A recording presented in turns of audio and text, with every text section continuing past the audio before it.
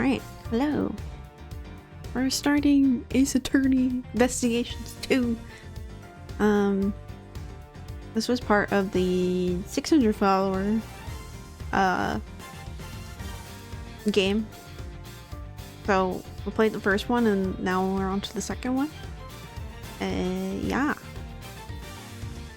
This game never came to the West, so this is now officially translated.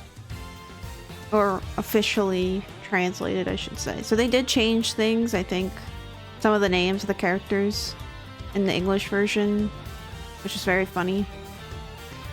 This isn't MGS3. MGS3 will happen one day, don't worry. Hello Claire, hello Ado, hello Cyber. One day we'll get the MGS3, don't worry, because MGS4 is coming. I mean, I do want to play MGS3 regardless, but yeah. Alright.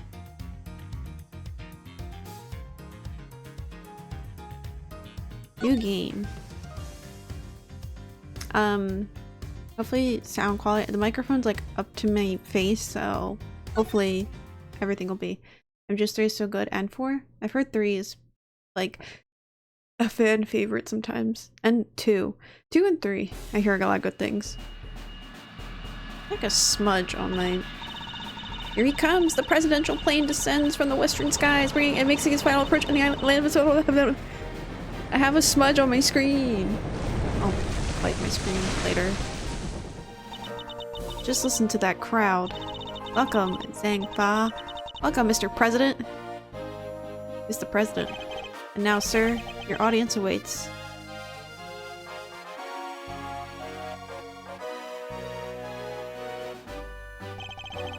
Honored friends and allies, I am here today to deliver a message. The odious criminals that oh god. Thanks to the prosecutor's office in your great country. Uh-oh. Mr. President, get down! We have our heartmost gratitude, however, friends, do not forget. The battle against evil rages on. Here today, I make you this solemn promise. We shall crush the wicked with the righteous hammer. The text is going to... Ah! Who died? Mr. President?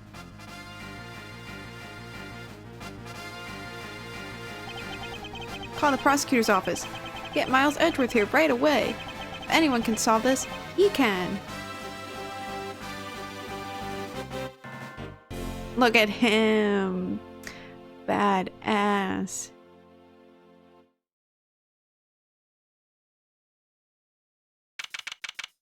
March 25th, 2:46 p.m. Gourd Lake spectator area. Gourd Lake. Is that what... I don't remember that location in one of the games. Hold on, the smudge is actually bothering. I don't really have anything to wipe it though. I can like visibly see it though. I have a wipe somewhere. It's fine, it's whatever. I'll take care of it later. Like there's a smudge. Microfiber cloths. I have like a cloth I can use to clean it, but I just don't feel like getting it. It's like I could tell I must have when I moved I must have I must have been carrying it and it smudged on something. Like I could tell like if I wipe it it'll come off. Hello Gabe.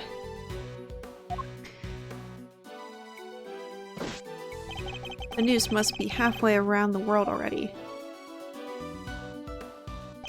After all, it's not every day an attempt is made on the life of a nation's president. My name is Miles Edgeworth, and I work as a prosecutor. I came as soon as I got the call. The moment the phone rang, I knew it was serious. Mr. Edgeworth! Thank goodness you're here, sir. This is Dick Gumshoe, a detective with the local precinct. He's the one usually assigned to my cases. How is the president, detective? We still don't know, Mr. Edgeworth. The medics just boarded the plane a few minutes ago. I see. I hope he's alright. And I suppose you'd better show me the scene of the crime instead. How's Craig today? Craig is good. Right away, sir. Hey, I said, hey. Yeah, you, Ruffles. The hell's that? Hmm? Who's that? You're the prosecutor in charge of this here case, ain't ya? Want to give me your first impression? Anything strike you all as odd? No comment. Detective Gumshoe, with me. Come on now, Mr. Prosecutor. Don't be like that. Mr. Edgeworth, wait for me. Now, Detective, I'll need the facts of the case, in as much detail as you can give me.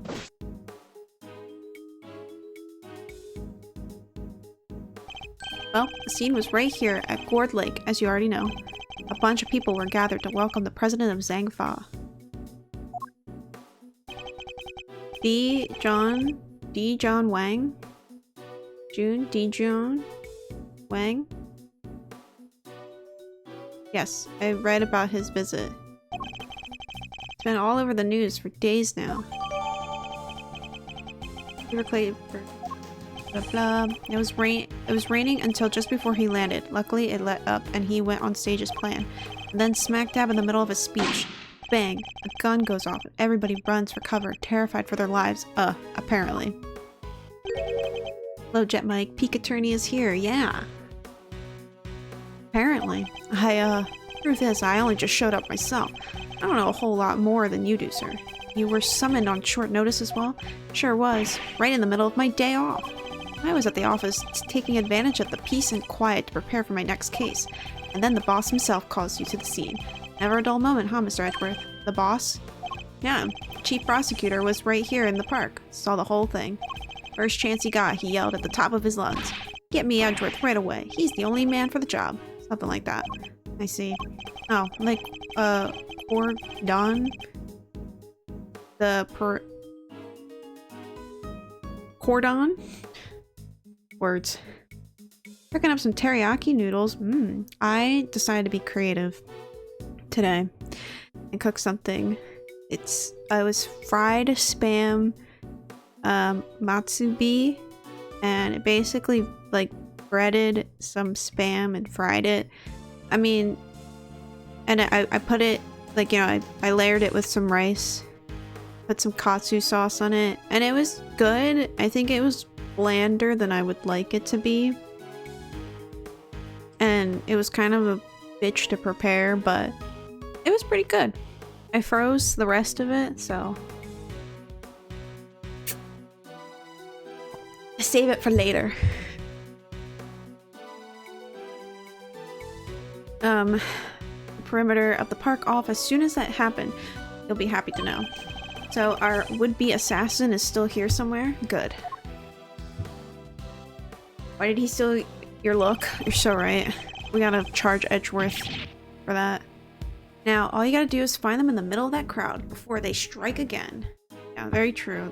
The shooter could be amongst the crowd. Very dumb that they would do that. Why haven't they? Okay, I mean, I feel like if you got somebody that shot a president, attempted to shoot a president, they would have already tried to find whoever has a gun, but also at the same time, I guess they could have got rid of the gun. I don't know. Very funny. You're right. We don't know what else our culprit might be planning. These people are in danger.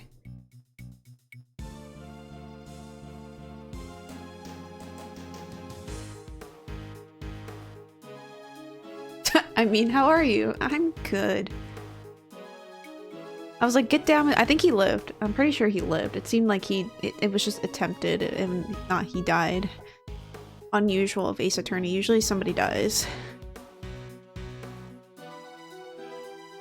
Hold on, I'm fixing my sock.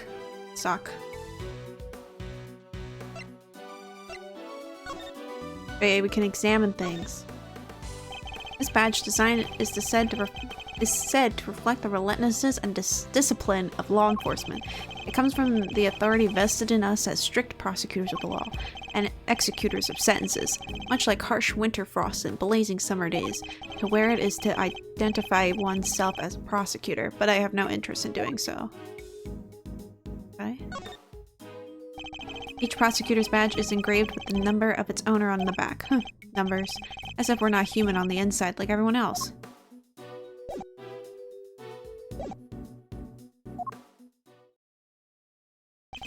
We don't have a moment to lose. Let's begin with the basics and search every inch of the crime scene for clues, no matter how insignificant they may seem. Precisely. The president was shot at, which means a gun was involved. That's our first clue. President was shot at. Security was tight for President Wang's speech, but he was still shot at somehow. Alright. Duly noted. Detective Gumshoe. How exactly was the security detail surrounding the president's speech organized? Well, sir, our officers were mainly focused on securing the perimeter of the park. The president's people took charge of the rest. He has his own team of bodyguards. See those guys over there? Maybe we should ask them a few questions? If I want to talk with them, I'll need to walk over and press A. Sir, the president's bodyguards are over there. Ah, so they are. I should walk up to the bodyguards and press A to talk to them. Oh, I had to talk to them first. Edgeworth is directionally challenged. Okay. Can I help you? You're one of the president's bodyguards, correct? Could you... Sorry, my phone.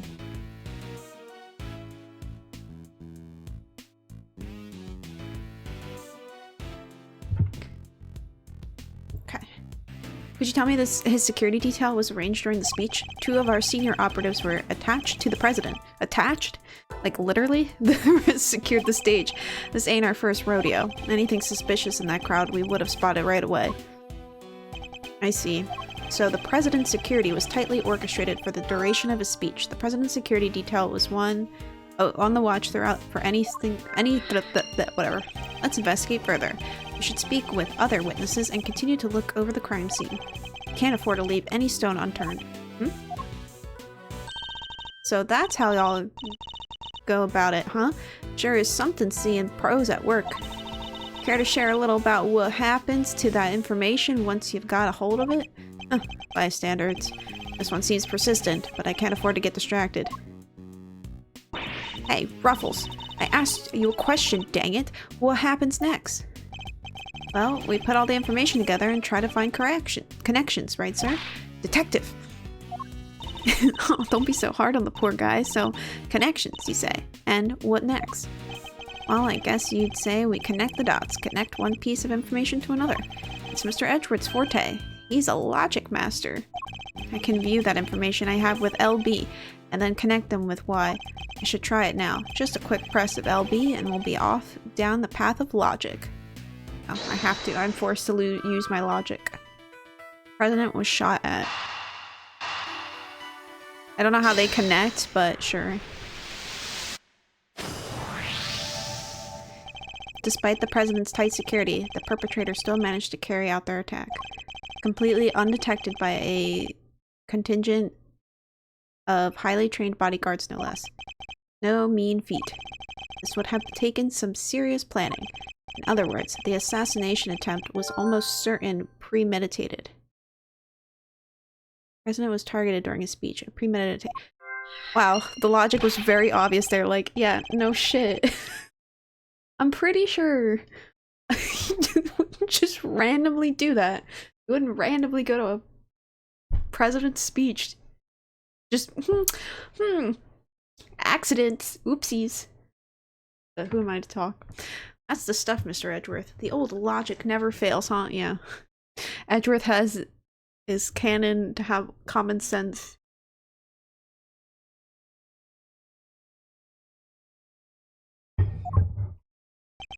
Indeed, all we need to do is find the right clues and make the right connections between them. Make the wrong connections, however, and we'll only wind up further from the truth. Which means I must make well-reasoned connections if I intend to draw logical conclusions. Okay. Let's get this investigation started. Time to examine anything that looks suspicious. To examine things, I simply need to walk— okay, yeah. I should speak with detective, I should use— yep. Talk to detective. Yes, sir. Let's present you things. Oops.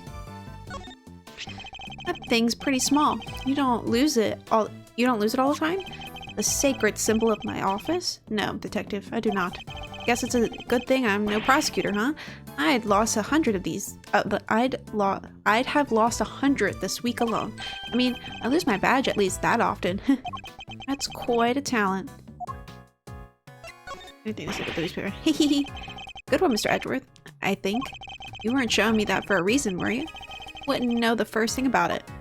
And yet, that doesn't seem to bother you at all. Okay. Can we present profiles now? Oh no, we can't. Never mind. Notice anything? Well, the rain stopped. And it was falling right up until the president got here. Even the mist has lifted. Barely a cloud in the sky. Huh. You sound disappointed, Detective.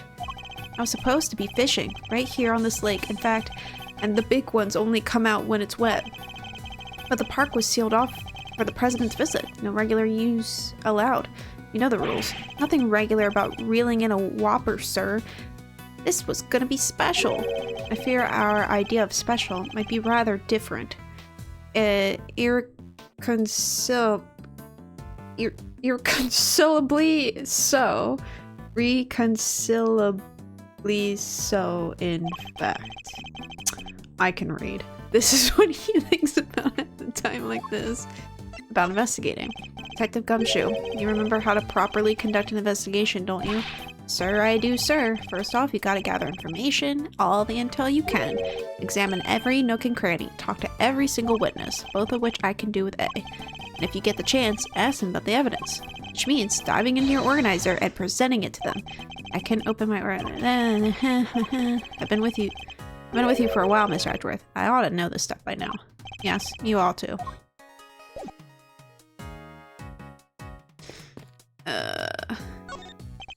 No. Oh no, the Steel Samurai. I was as surprised as you, sir, but there's no mistaking it. It's the Steel Samurai. The Steel Samurai, warrior of Neo Tokyo. It's a popular TV show. Old, young, it doesn't matter. It truly has something for everyone. Beats me why they had a Steel Samurai balloon on a welcome party for a foreign president. It is a little odd, although now that I think about it, what better hero to represent our nation? I must scour the scene and inspect anything that catches my attention. It's the flag of Zhangfa. The key motive is a blazing red phoenix. Wait, what's this? Something the matter, sir? You don't see it, Detective? There's something unusual about this flag. Compare it with the one on the other side of the stage, if you will. Oh, that's a beauty right there. Just look at it flapping in the wind. It's immaculate. Exactly. Which is how a flag should look. And yet, here we see a different picture. One thing in particular stands out, don't you think? Right, of course, is it? I give up. Come on, spill the beans. You can lead a horse to water. I'll just have to move the cursor to the problematic spot and highlight the difference with Y. It's the hole. Take that! Look closely. You see the hole? Oh, look at that. You're right, sir. And note the burn marks around the edges. That's a bullet hole. There's no mistaking it. A bullet hole? So you're saying a bullet went through this flag? Flag with bullet hole located to the right of the stage, pierced by a bullet. Steel Samurai shows up in all these damn games? Yeah, it's very important. It's the flag of Zhangfa. The key motif, is a blazing red phoenix. Fabric looks pretty fancy, I guess. Must have been expensive. Even more expensive than the drapes in your office, huh, sir? The price of my drapes is neither here nor there, Detective. I am concerned with rather more important matters. For example, compare this flag to the one on the other side of the stage. Whoa! Look closely. You see the hole? Note the burn marks around the edges. That's a bullet hole. There's no mistaking it. A bullet hole? So you're saying a bullet went through this flag? Breaks your heart, don't it? It does. What villainy could have befallen him? Witnesses said he popped right when the gun went off, which would strongly suggest that a bullet struck the balloon. Popped the moment the gun went off. Pierced by a bullet? Looks like we got a case of cold-blooded samurai murder on our hands. This is sacrilege. I won't rest until the culprit has been apprehended. Detective, we cannot let this vile assassin escape. We won't, sir. You can count on it. Started out floating to the right of the lakeside stage, but has since been popped.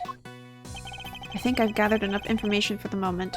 Time to put the pieces together and see what we can figure out. No? No? These flowers are in full bloom. They look exotic, and I don't know the species. My favorite flowers are maybe roses? Yeah, roses and lilies.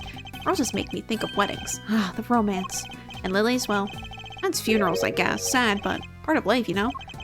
It's no coincidence that both types of occasions tend to feature a free buffet, I imagine. Come on, sir, that's not fair. Wow, that's so fucked up, Gumshoe.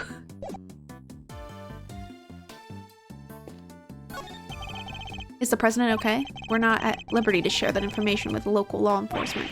Why did you just... What did you say to him? You let us on that plane, pal, or you might just regret it. Sorry, I can't let you do that. No one respects the badge anymore. I suppose this is something of an international incident. All the more reason to find the killer as soon as we possibly can. Okay.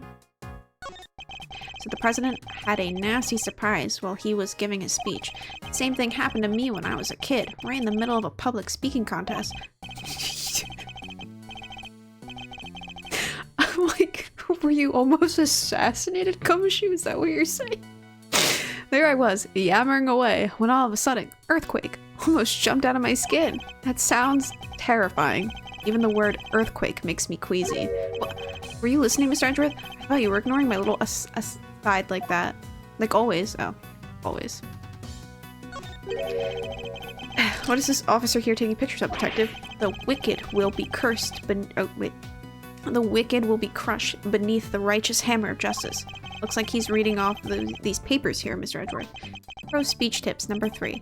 Speak slowly and confidently to win your audience around. Hey, this is good stuff. Better get a shot of this one, too. Instead of focusing on that speech, how about you focus on your work instead, officer? Have you found anything of note, officer? No, sir. Not a thing. No fingerprints, no footprints, nothing. That is to say, none that stand out, sir. Not after everybody touched and walked all over everything. Detective Gumshoe, did he sound pleased about having no evidence to catalog? I'll, speak to his commanding officer about it, sir. Salary review's coming up soon and all. Edgeworth fucking with everyone's salary. There is a bright red balloon bobbing on the surface of the lake. Reminds me of sending balloon letters back when I was a kid. You write a letter, see, then you tie it to a balloon and send it floating off to see if somebody writes back. It's quite an ingenious idea. And did anybody write back? No. You kind of need a balloon that actually floats first. That's where your plan fell apart?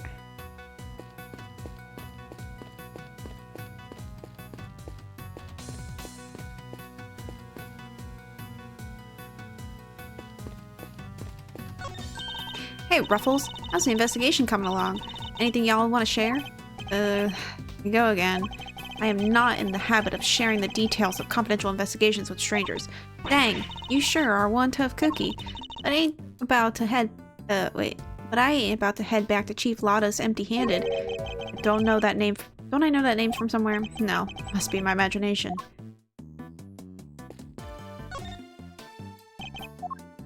Gathering information. The first step in any investigation is information gathering.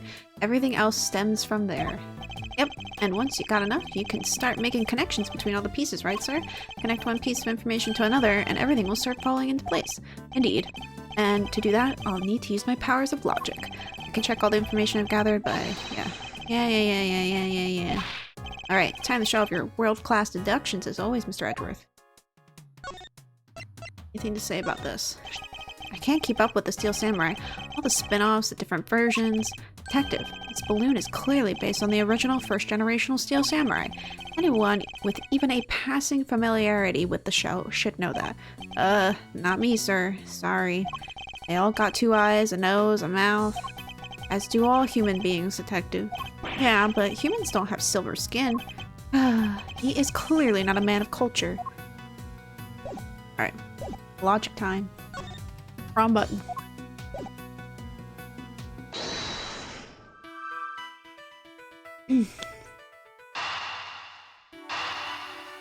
I assume these two are connected.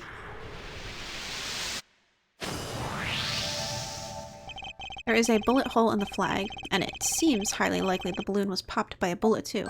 Which means 2 shots were fired, right, sir? Possibly even 3. The president was shot at as well, remember? Equally, the hole in the flag and the hole in the balloon could have been made by the same bullet. What we need to know is how many gunshots there were. Alright, on with the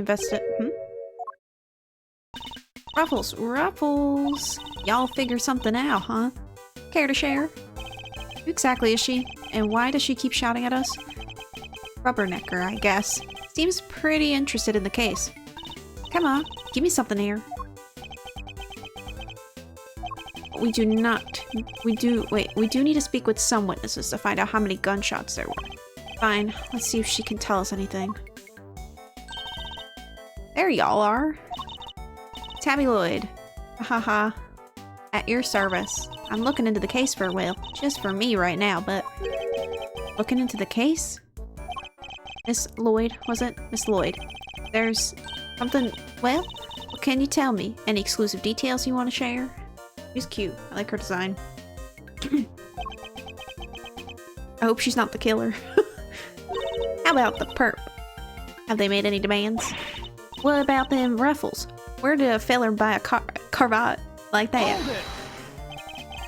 Will you be quiet for a moment? I'll be asking the questions here. Dang, and here I thought I could get me something juicy for my piece. I need to know about the shooting. Can you tell me about how many gunshots you heard? Why, I most certainly cannot. I beg your pardon. I can't be handing out leads for free. That stuffs my livelihood. Oh, come on. Don't hold out on us. We all gotta share sometimes. Me? Hold out on you? Well, if y'all are gonna be like that, I'll be moving right along. Goodbye. Wait. Wait for what exactly, huh? Huh? If you got nothing for me, I'm gone. We're fresh out of moves here. Out of moves? I wouldn't be so sure. What do you mean, Mr. Edgeworth?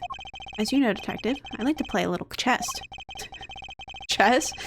What does one do in chess when an opponent adopts a defensive position? Why, the board offers a number of options, but some are more effective than others. Sorry, sir, but this is all going way over my head. No matter how impenetrable an opponent's defense may be, it can always be overcome. Watch and learn, Detective, as I shatter my opponent's resolve with the power of words. Okay. When attempting to draw out an entrenched opponent, one must employ certain tactics. Let us picture the board and see if we can anticipate our adversary's next move. A new mechanic? I guess Now, we must analyze the state of play. Y'all ain't getting nothing out of me. Not until you give me something in return. My opponent has dug herself in deep. Her defenses won't be easily broken. But I can't afford to try her patience by taking too long to plot my next move. In other words, I must be conscious not just of my strategy, but also... Oh, okay. So I guess we have to pay attention to time. That said, I can't afford to waste words either. In fact, it can play dividends not to... Oh, pay dividends. If my opponent gets too agitated, if you're fixing to ask me something, will you dang well ask it already? May be able to gain a tactical advantage by calmly biding my time. Then, when I see a crack in the opponent's armor, I pounce. I should begin by finding out what it is that she does. Alright, time to make my opening gambit. Mine chest? What is it that you do? Why don't you begin by telling me what it is that you do? God, this is... my brain can't read in time. Logic/mind chess time? I know. I'm unfamiliar with any of this. Sure, or I could totally not do that. Think I don't know when to keep my mouth shut? That's my job. Is it now? So you do something you won't or can't tell anybody about? Shut up. I ain't telling no lawbreakers if that's what you're insinuating. Oh, I ain't no lawbreaker. Clearly hiding something. But you see, there's nowhere left to hide. I'm not really sure what you're getting at here, Ruffles.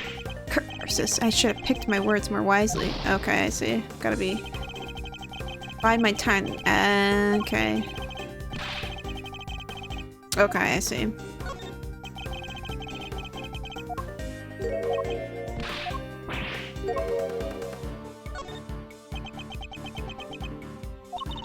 I'm a law-abiding, everyday citizen, and you've got no reason to say otherwise.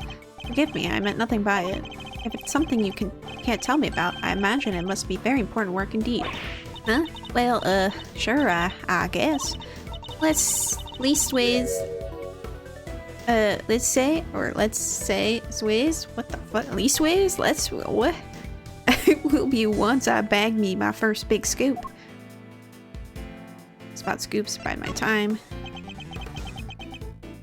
Hey partner, this ain't no time for silent treatment, you hear? I'm a busy woman. I misjudged that one. What the fuck? Okay. More affected by time and more agitated or upset. Oh, okay. So when they're agitated and upset. Okay. Oh god. It's really okay, so we buy the time, she's upset, and then she's calmer here, so then we say, what's about scoops? Heh. I see. It's a scoop you're after. I mean, she could be an ice cream worker, like an ice cream parlor worker. Edgeworth, come on. So you're a journalist, is that correct? You couldn't tell by her outfit. Well, okay, there's other questionable things on her outfit, but the microphone and what she's wearing, it looks like she's wearing like a brand, I don't know. Edgeworth, you think a little too hard on this. This kind of reminds me of the locks. Dang. Sure, I'm your friendly neighborhood reporter. The hungriest cub on the beat. That's the mystery of what she does for a living solved. Perhaps our hungry young cub has gathered information vital to the case. Let's make that our next line of inquiry. Okay, I see. With the opening moves concluded, the mid-game approaches. What else does she have to tell us? Where's the record? Were you at the... Well, of course she was. You're a reporter, which means you must have been making a record of something kind. You got more questions, you gotta give me something first. That's the deal. I am not in the habit of making deals. Now tell me what I need to know. Sorry, Ruffles. Can't help you. I don't have a clue as to how to push the conversation forward. I'll have to try another tack. Okay, we're at the scene of the crime. At the time of the incident, were you present at the scene of the crime? I mean, I just felt like that was so obvious, but I guess we had to do the obvious. Come on now, Ruffles. You ain't gonna give a little Tabby something first? Absolutely not. Then I ain't gonna give you nothing either. You think I'm a sucker? Think again. So I gotta buy the time because she's upset. Come on, this is my career we're talking about here. You gotta give me something. Sadly, the more you know, the more you might find yourself in danger. I ain't scared. I'm a pro. Takes more in the sound of a little gunfire to face me. You heard gunfire, did you? Heh. You may be a pro as you put it, but I'd say you're still a little wet behind the ears. You said you heard gunfire, which proves you were here at the time of the crime. Therefore, you must have seen something. Double dang. Fine, I was here. I saw it. Came to report on the big speech. Wound up reporting on a shooter. A shooting. And now you won't get no more out of me than that. Wait, what'd she say? Fine, I was here. I saw it. Came to report on the big speech. Wound up reporting on a shooting. And you won't get no more out of me than that. I'm done with your tricks, Ruffles. She came to report on the event. She must have made a record of some kind. A record I would very much like to get my hands on. This is quite the clue as to where to take the conversation next. Yeah, how many... So, she recorded... Okay, I see what he's looking for. He's looking to see how many gunshots the recording picked up. Okay. You're a reporter, which means you must have been making a record of some kind. You got more questions. You gotta give me something first. That's the deal. Okay. Time to deploy my clue. You must have a record. Wait. Huh? No self-respecting reporter would leave the house without a means of putting things on the record. On the record. Sorry. On the record. I keep saying record. So tell me, Miss Lloyd, where is yours? Of course I made a record. Record, whatever. I told you I'm a pro. Dang near wore my shoes running around all this one. Which is why I'm not about to just hand it over to the first person who asks me. I am not just anyone, young lady. I am the prosecutor in charge of this case. Don't you young lady me, you ain't getting it. No matter how many times you ask. I'm biding my time because she's pissed. You understand, don't you, Ruffles? It ain't nothing personal. I understand that your job is a difficult one. You do? Well, ain't that sweet. And in such a competitive field, you must sometimes doubt that you'll ever succeed. No, I'll go plenty far, I'm sure of it, yeah. Just as long as I got my trusty tape recorder, I'll always be ready to nab me a scoop. I'm not interested in your tape recorder? Oh. Maybe we can, like, play around with that. I have you now. Your last statement leaves you wide open. Okay, no, we have to. I just thought we would, like, be stupid and be like, huh, I'm not interested in your stupid recording.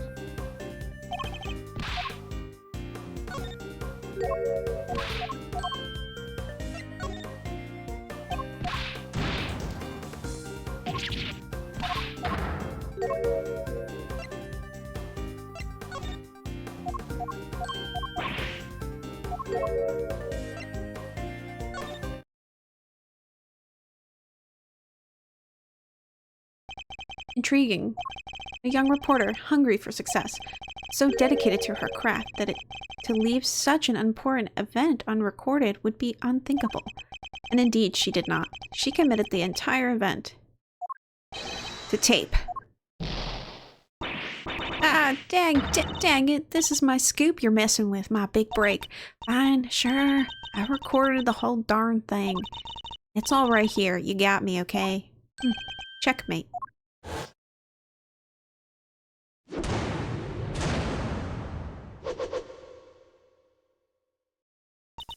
You're something else, Ruffles. I was trying to be all strong and silent, but you had me singing like a canary. Never mind that. Now play us the tape. It should finally tell us how many shots were fired. Fine, you can hear it, but I got conditions. You played me like a fiddle, Ruffles. Only the chief ever played me so good now. So you gotta agree to be Chief Number 2 and be mentor to Rising Star, aka me. Chief Number 2, huh? Kinda like a second parent. That's a big responsibility, sir. And one more thing. I want exclusive reporting rights for the first 24 hours. Come on, you gotta say yes. What kind of mentor wouldn't give his star pupil the exclusive, huh? She's a difficult woman to refuse, and I need to hear that recording. 24 hours is more than I can promise, but the story's yours until the case is solved. And the job of Chief Number 2? I think not. Gah, you're no fun. I guess a girl can't have everything. All for the sake of the scoop, huh? Alright, you got yourself a deal. I got exclusive access starting right this second, Ruffles. Good, then our first order of business is to listen to that tape. Well, kashak! Honored friends and allies, I am here today to deliver a message. The odious criminals that dogged my beloved nation are no more. The President's speech. Well, kashak! The President passionately addresses the assembled crowd, as if trying to shake off the reports of his declining popularity by sheer force of will. That there's me. Can't beat a little lively commentary to set the scene. The meeting is scheduled for just after the speech, correct? Seems pretty pleased to be able to put the whole Yatakarasu situation behind him. As well, he should be. This is a great day for all of us. Whose voices are these? Oh, I was just doing... meme. Yeah, I'm like, everyone's southern now. Oh, there was these two old guys standing right in front of me. They were whispering away to each other the whole darn time. I know their voices from somewhere. Wait, the part where the gun goes off is right after this. The President thrusts his fist into the air as the excitement reaches the fever pitch. Everyone's got that southern drawl. The President thrusts his fist into the air as the excitement reaches the fever pitch. Oh, Wang. Oh. The battle against evil rages on here today. Oh no, Wang. The fuck am I thinking? That's the President. I thought it said the names of the people that were talking, but no, it didn't. Okay. The battle against evil rages on. Here today, I make you this solemn promise. We shall crush the wicked with the righteous hammer of justice. What the? Slides tape. A recording of the President's speech. 2 gunshots can be heard. Okay, so 2 gunshots. So, 2 shots were fired. Yep, and that tells us something. Something very important indeed. It allows us to deduce the trajectory of one of our bullets. Of the 2 shots fired, one hit the president, which means the other must have passed through both the flag and the balloon in that order, which, as you can see, allows us to deduce the position of our shooter. The only possible place from which the bullet could have been fired through the flag into the balloon is, I guess, over here? It had to be like over here. Yeah. Drawing a line between the flag and the balloon gives us the trajectory of one of our bullets, and the places our shooter on the left-hand side of the spectator area.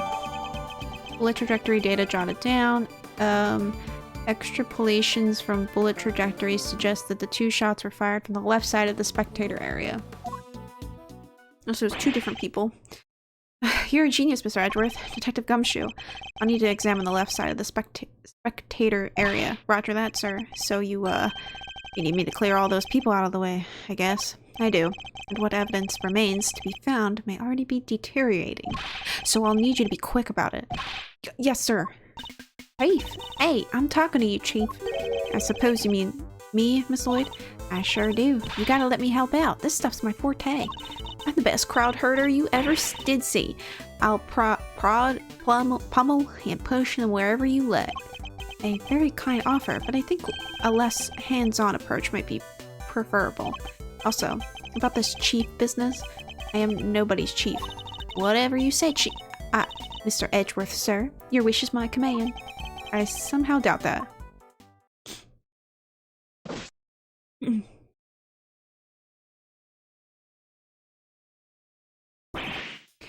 you go, sir. It's all ready for you. Miss Lloyd here cleared everybody out just like that. You should have seen it. Oh, you ain't seen nothing. The chief, my other chief, that is, she sends them running twice as quick. Sounds like quite a formidable character. Perhaps I should go easy on the poor girl. Thank you, but you really shouldn't have. All that running around. Your clothes are covered in mud. Allow me to pay for the cleaning. It's the least I can do. Huh? You mean my jacket? Oh, don't you be worrying your pretty little head about that. It's reversible. All you gotta do is switch it around, and alakazam, no more dirt. On the outside, perhaps, but you'd still have something of a problem with the inside. We're ready to get back to the investigation whenever you are, sir. The crowd has trampled the entire area. We'll be lucky to find any traces of our shooter at all. Wait. I know that guy over there. Pain.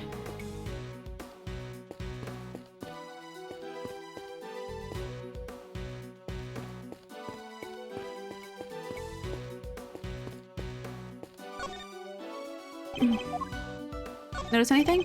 All these flashing lights and clicking cameras. Why do they need pictures of the crowd anyhow? Stupid nosy nude shrouds, whatever. Well, it is a rather newsworthy event, Detective. Don't let them get to you. But they're taking your picture, sir, and mine. I never signed away my image rights, and neither did you. Wait there, I'll be right back. He ran off before I could stop him. Now he's looking for whoever photographed him, and annoying everybody else in the process.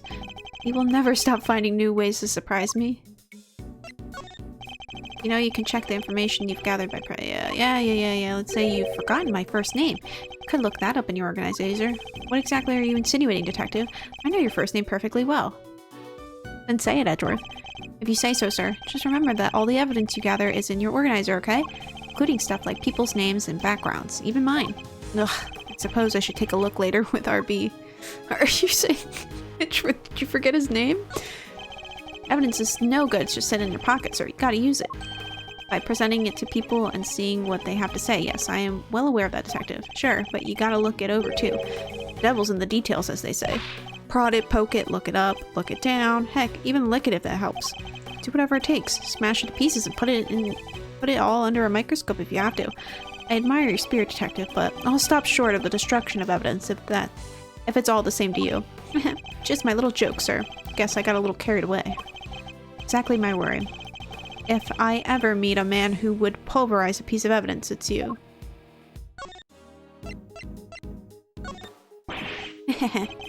Good one, Mr. Edgeworth, though. Okay. Nothing to say. Nothing to add.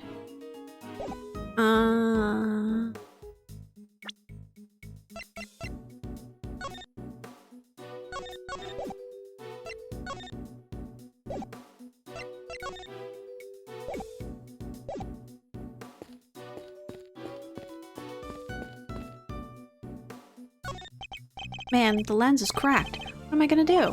The circuit board's hanging out. Whole thing's splitting sparks. It's like a fireworks show in here. Probably not a good idea to touch it, I guess. Definitely not. Fireworks can be deadly. Right, sir? This isn't exactly rocket science, Detective. The cameraman is clearly otherwise occupied. Perhaps I can talk to him later. The television truck appears to be, stuck in the mud. Reminds me of the time I pushed your car out of that ditch, sir. Then you just drove away and left me there. Gotta admit, I felt kinda lonely. Ugh, did I do that? I think I might have. You can't remember his first name. You forget about his existence. You came back though, Mr. Edgeworth. Well, you left me there in the mud for maybe 15 minutes. I know you'd never forget about me, sir. Of course I wouldn't. Barring those 15 minutes anyway. So fucked up. You even got to pick through the trash yourself? A prosecutor's life ain't easy, huh? Detective Gumshoe. Right away, sir. The faithful detective scrabbles through the garbage as the prosecutor looks on. The faithful detective scrabbles through the garbage as the prosecutor looks on, his hands unblemished. Let's see now. Come to Papa, little treasures. He enjoying himself? Bingo! A popsicle stick. Gotta love the jokes they put on these. Detective. Sorry, sir. Relevant evidence, huh? I think we got something. Good work, Detective. Let's take a closer look, shall we?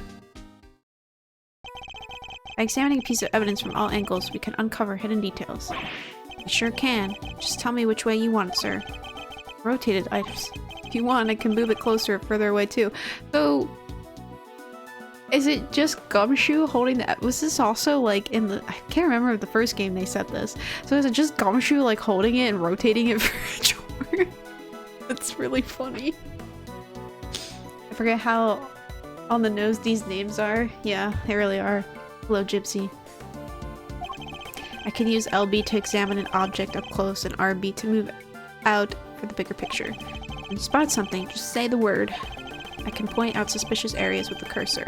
Press A. Yeah. Alright, let's see what we can discover.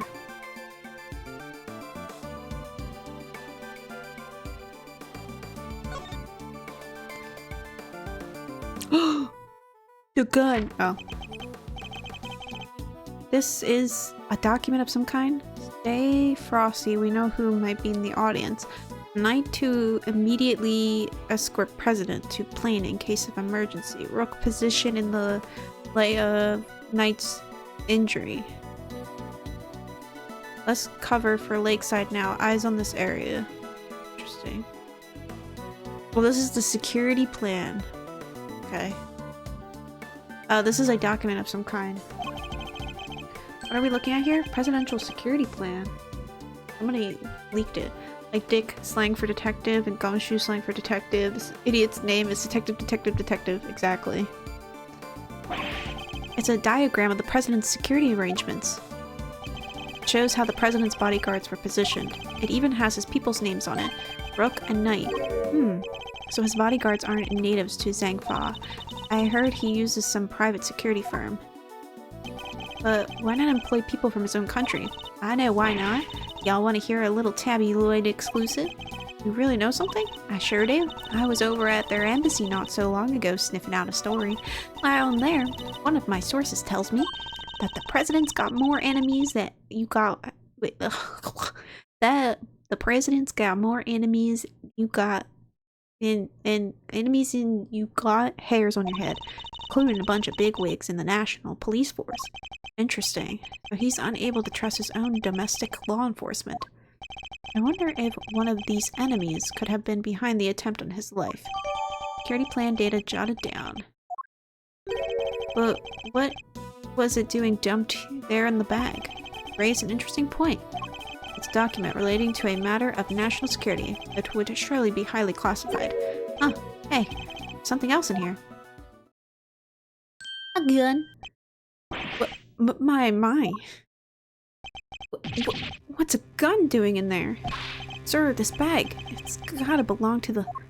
Yes, it could well have been disposed of by our would-be assassin. A revolver. It would have taken a lot of nerve to dump it here amid all the chaos. Could this be the work of a professional? That would explain the security plan too. I think we need to take a very close look at our latest find. It's got a laser. This is a laser sight. It can be lined up with a target to make aiming a bit easier. If I press this here... Yep, definitely a red laser. Could the assassin have used a laser sight to target the president? Let's look at the bullets. Yep, 2 spent bullets in the cylinder, matching the 2 gunshots heard on the recording. It proves it. This must be the weapon that was used. Revolver data. Okay. That bag was a real find, huh? Just goes to show. A bag in the hand is worth 2 in the trash. Nice work, detective. Now, there's something else I'd like to ask you, if you don't mind. I need you to take the bag and the gun to forensics and see if they can find any prints. On it, sir. A good set of fingerprints could really help this investigation along. Got the results for you, sir. That was quick. You bet it was. Told the techs it was ultra super high priority. But, they came up empty. And they checked everywhere? Inside and outside, top to bottom, sir. They even took the bullets out of the gun and dusted them.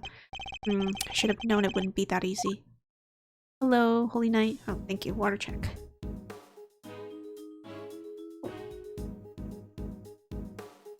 Yum, yum, yum, yum, yum, yum.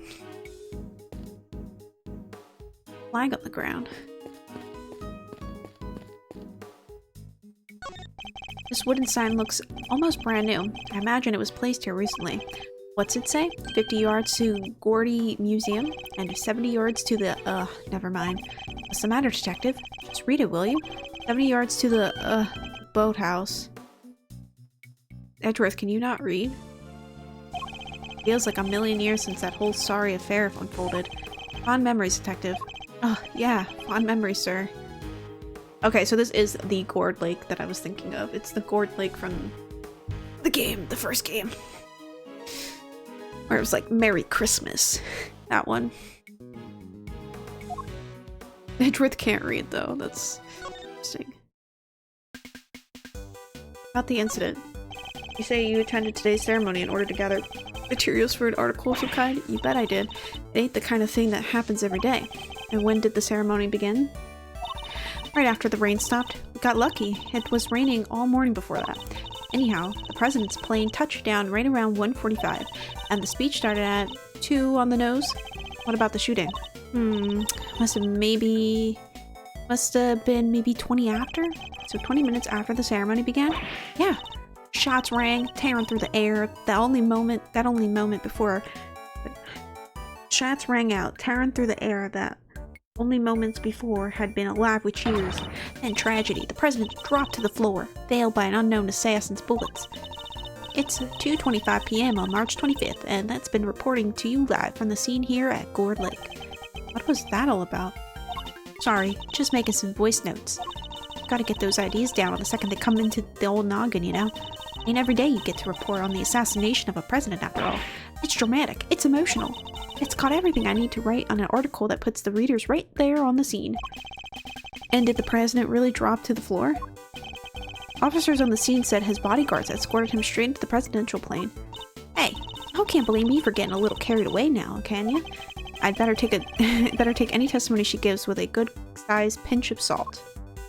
Local reporter. Stop it, calling me a reporter and all. It's kind of weird when somebody else says it. Still, Tabby Lloyd, reporter at large, does have kind of a ring to it, don't you think? But you are a reporter, correct? Sure I am. A reporter in training. What? Have you ever had an article published? Fixing to look up my work, huh? Well, that might be tricky. And yet, you call yourself a reporter nonetheless?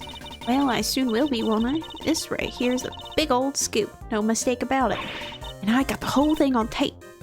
didn't miss a second. And it's all thanks to my trusty mic, and even my trustier tape machine. I'm about to set the journalistic world on fire, just like my mentor before me. Your mentor? You know the Chief Ruffles, my mentor, my inspiration? No, but you have mentioned her, repeatedly. Did I? Can't rightly say I remember. What kind of reporter forgets a thing like that? Well, it's just like the chief always says, you gotta treat information as irresponsibly as you can. And what kind of mentor says that? Oh, you should have heard her the day she gave me this here tape machine. You be sure and bag yourself the juiciest, laziest scoops you can now, you hear? Wonderful. So you're the kind of reporter who sees fire under even the faintest trace of smoke. Now, I'm just the kind of reporter who puffs out on the fire till the smoke about to chokes you. Wait, no, I'm the kind of reporter who puffs on the fire till the smoke about chokes you. How is that any better? Let's present some stuff to her. Hey, I've heard about these. How come it ain't stuck to your jacket or whatever? Because that's not the custom. It is too. All lawyers wear them. I done seen it. So, what's the story with yours? No comment. Guess these legal eagles gotta make themselves feel superior to us regular folks somehow. I would like it to be on record that I made no such comment. Still can't believe that they just handed me the chance to bag myself a real scoop. So it was this article that brought you here today? You bet it was. I've been prepping for days now. 2 whole days, in fact. So a member of the media had to rely on the media to find out about this event? Hey, I'm still getting started here. Wait. What the fuck did he say? So a member of the media had to rely on the media to find out about this event. Hey, I'm still started here. Business. Hello? The fuck? My screen. Hold on. What happened? Hold on.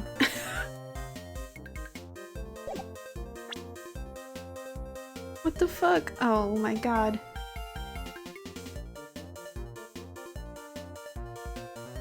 My other computer screen is like freaking out right now. I'm trying to fix it. What's happening? Why are you being like this?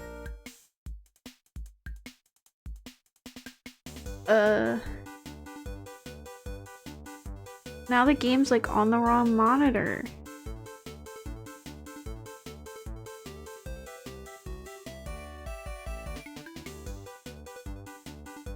It's gonna bother me. Hold on.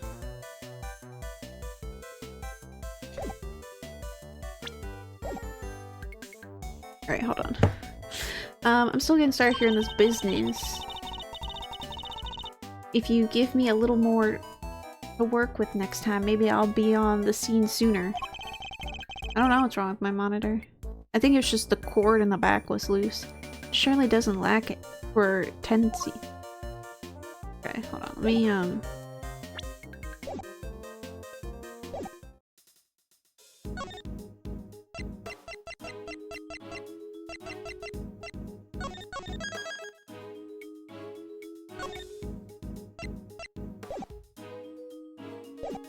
let me exit the game, see if it'll let me open it in the other... Okay, it did not close the game. Okay, hold on. See if it'll reopen into the other one. Old.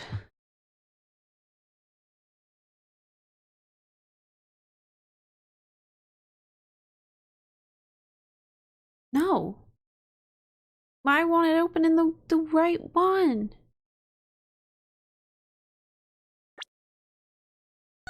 Let's see if I can...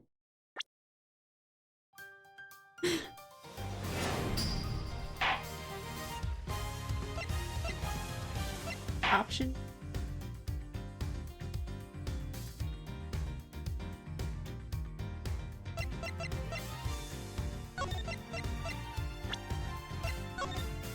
Okay, let me see if I can move it over.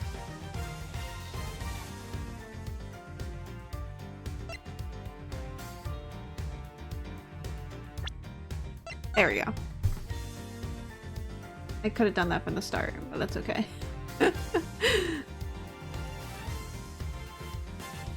Alright. That's fixed. Now it's on the right screen. Okay, let's just get back to the crime.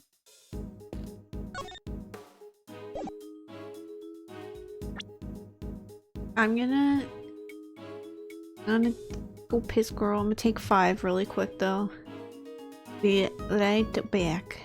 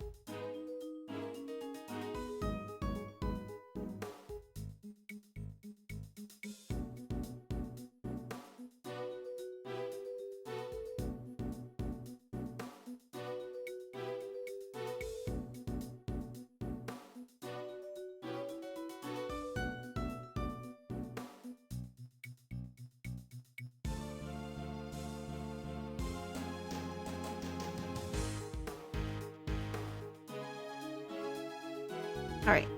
I got some water. And I pissed. Yeah.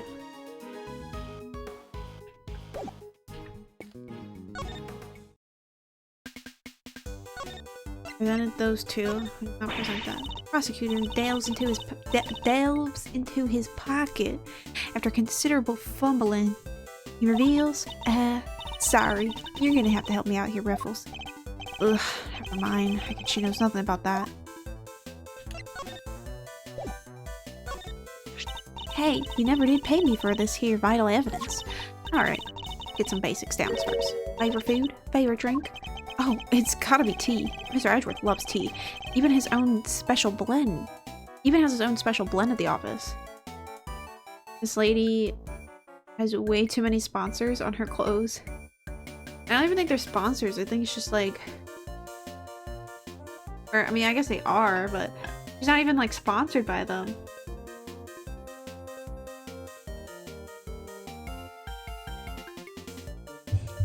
He even has his own special blend at the office. Well now. Well now. So our prosecutor likes to put on airs and graces. Airs and graces? And why is the detective answering on my behalf? Who better, sir? There's nothing I don't know about you after all.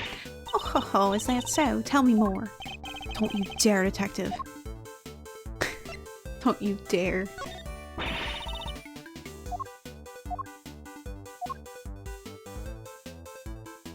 You can see a paid advertising a mile away. Security plans. Way I heard it. That there's president got enemies and then some, both in and outside his country. Figured he was gonna get shot someplace somehow. It was only a matter of when. Oh my god. Wait, you're not telling me you came here expecting him to get shot? Hey now, don't go putting words in my mouth. I came here because the president's a great man. I figured there was a scoop just in him being here. Doesn't seem like much of a scoop if you ask me. Oh, come on Ruffles, cut me some slack, will ya? I really would give Edgeworth a fucking British accent, but I'm not confident enough to like stick with it. I can give her the southern accent, no problem.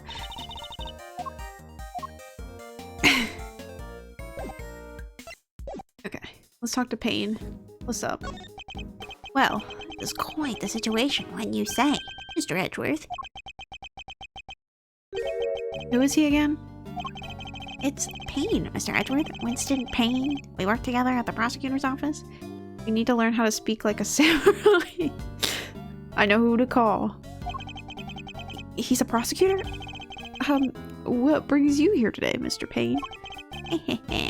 What indeed? Why, only the invitation of the chief prosecutor himself. This voice, I recognize it from the tape recording. Oh, he was the one talking at the tape. Was he one of the men who was standing in front of Miss Lloyd? And where is the chief prosecutor? He had to leave, I'm afraid. He's a busy man. They let him, and only him, out through the cordon. So he had me summoned on short notice, and then left before I even showed up? Okay, well, we already know who the shooter is. No way that's not the chief prosecutor. I don't even know who the chief prosecutor is, but... Rude. Rude. I have to be British. Rude. How rude. Oh, we gotta talk to the cameraman. I can't do it. You're not me, not you. You're with the one with the news channel. Yep. Can I help you? You must have footage of the event. Do you mind if I take a look? I can't do it because I go right back to the fucking southern accent. Not me, not Hermione, but you. I have to do that.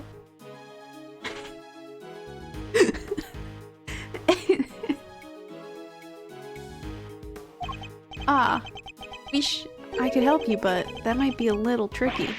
Why's that, huh, pal? You got a problem with doing your civic duty or something?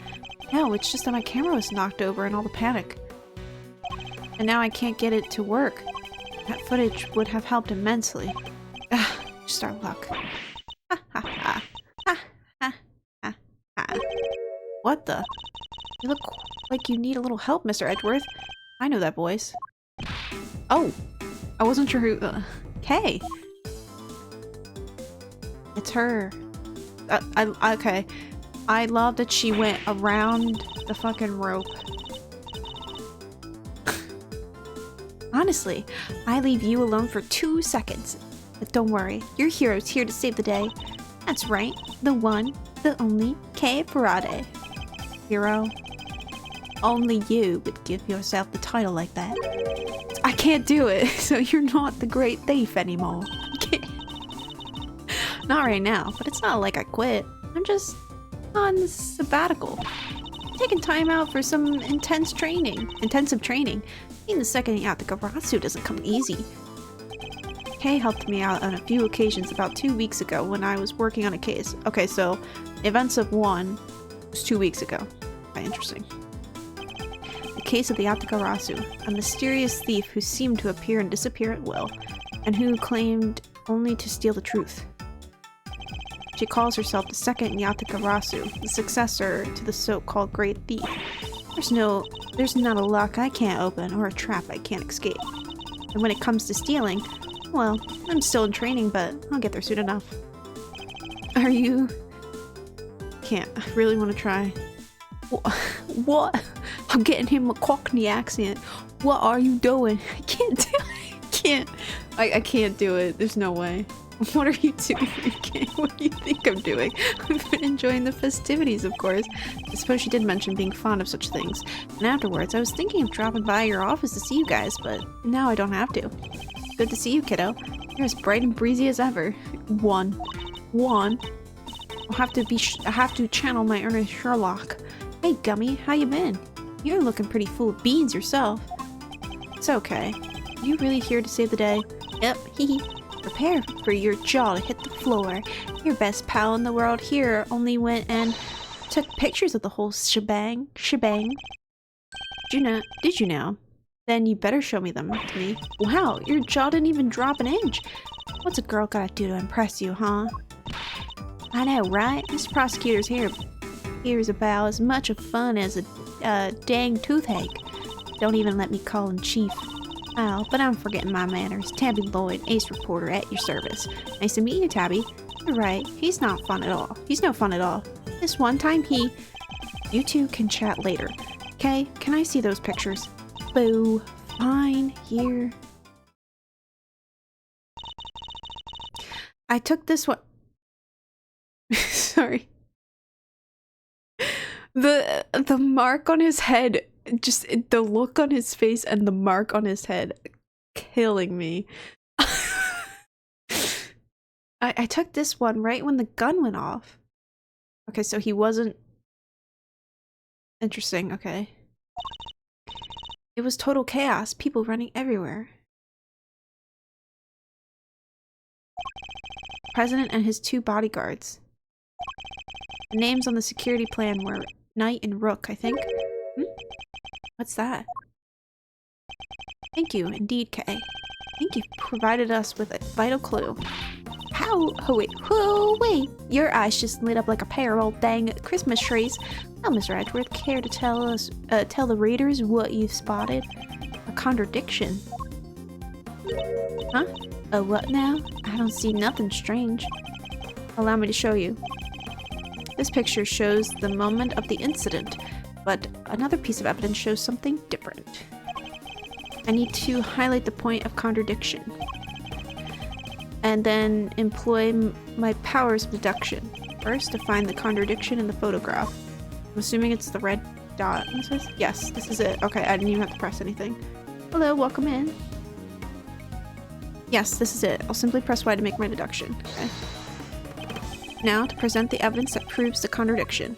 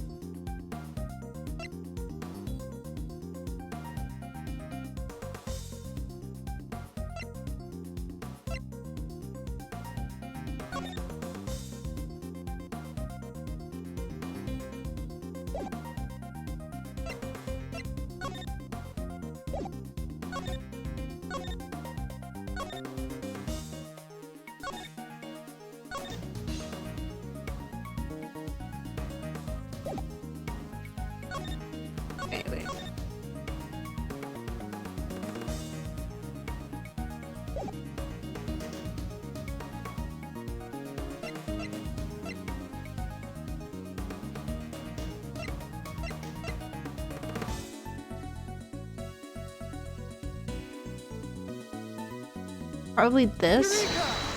Nope, that was wrong. I thought because, well, the red dot is weird, but...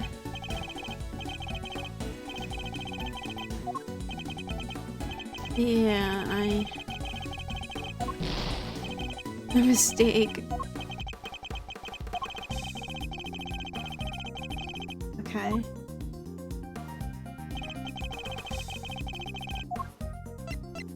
Eureka! No, okay. I'm trying to like, it's probably something.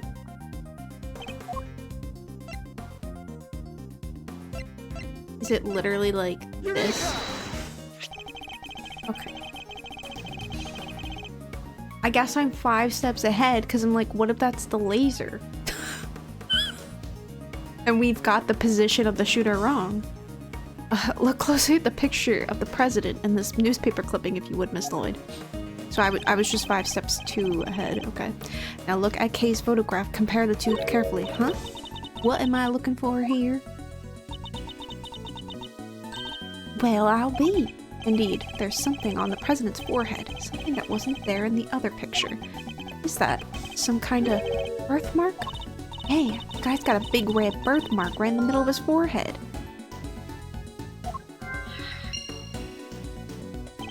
I highly doubt a birthmark just sprang up there since the other picture was taken. Did he get bitten by a bug then, maybe? Yeah, that's it. That's right. There's a big old bug bite. And here I thought it was something important, the look on your face. You should know that the road to the truth is paved with just such seemingly trivial details. Oh, again with that face. Alright. Duly noted, Chief.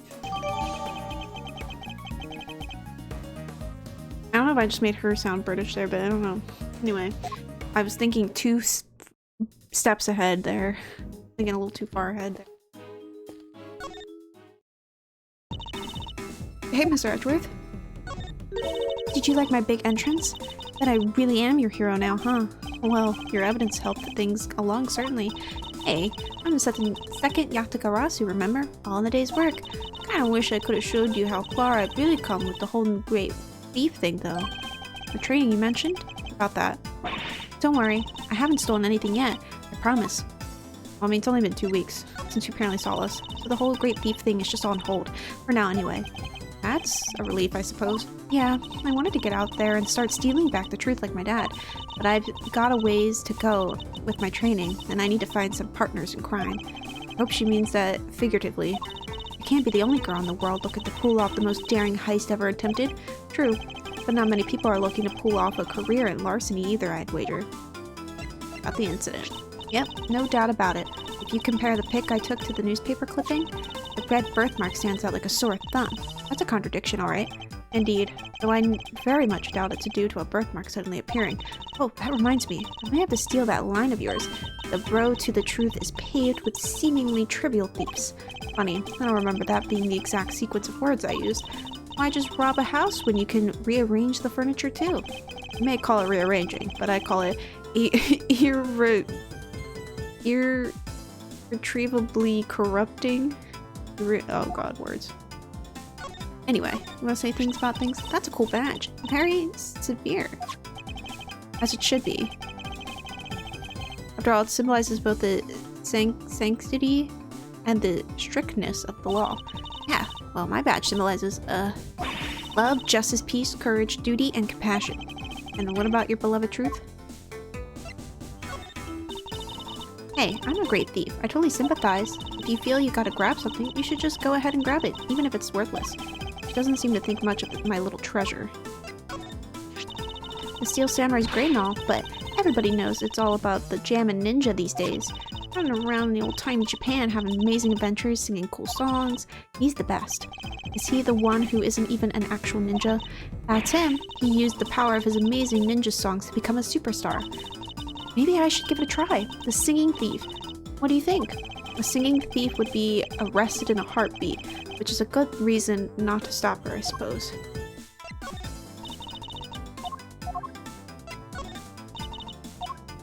Say about that. Say about that. Let's say about that. That red dot. Wait, I know what it is.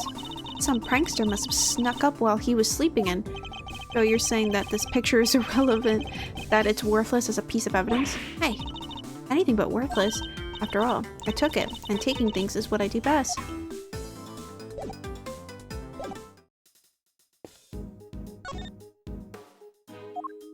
Do you have anything to say about this picture? Okay, no you don't. Anything to say about this? Okay, no. You don't have anything to say. It's fine. It's fair. You? Do you have anything to say about it? Well, this ain't the work of a pro, I'll tell you that. Piper's gonna run some Snapchat over a real photo. I think the photographer would beg to differ. No, you gotta have more drama. You gotta capture a moment. The president felled by an assassin bullet, and... oh no, the petrified screams of the crowd. So the president was felled by a bullet after all. You tell me, Ruffles. I was just painting word pictures is all.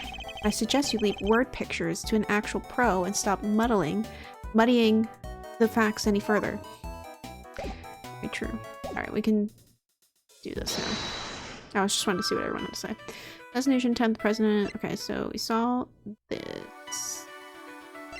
Laser sight and the red birthmark. Boink. I have solved the mystery of the red birthmark. Really? Oh, it wasn't a bug bite? No. What we're dealing with isn't something that would itch for a day and then disappear. It is, in fact, the beam of a laser sight. Then, our killer was aiming to shoot the president square in the forehead, and shortly after this picture was taken, a second shot rang out. Yeah, that's gonna do more than an inch. Indeed, I fear the president may have been in even more danger than we thought, and that the gun we found was the weapon used in the crime. Revolver data updated. Okay. Why would the perp use a laser sight though? Right. You'd stand out like crazy using something like that. Pew pew pew. Not like you can just go around shooting lasers all over the place. No, and anyone who saw it could trace it right back to the shooter. Seems like a pretty bad idea all around. Oh, I almost forgot. Took a couple more pictures. Maybe the laser sight in maybe the laser sight. Wait, maybe the laser sight's in one of them. It's a long shot, but it's worth a look at least. Alright, Kay, let's see these other pictures. Yes, sir. Right away, sir. Let's see. Up here's one I took just before everything started going south. Oh, it's so cute. That's a really cute picture. It might be more useful to us if half the frame wasn't taken up by your face. Shut up, Edgeworth. That's so mean. Wait, it's her own picture, man.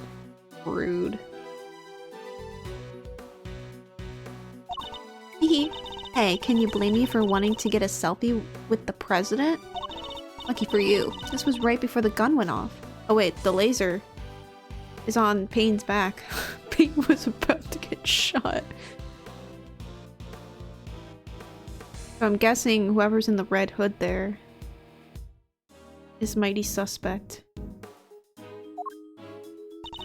And this one I showed you before is from just after the first shot was fired. The second shot came just seconds after this. And then there's...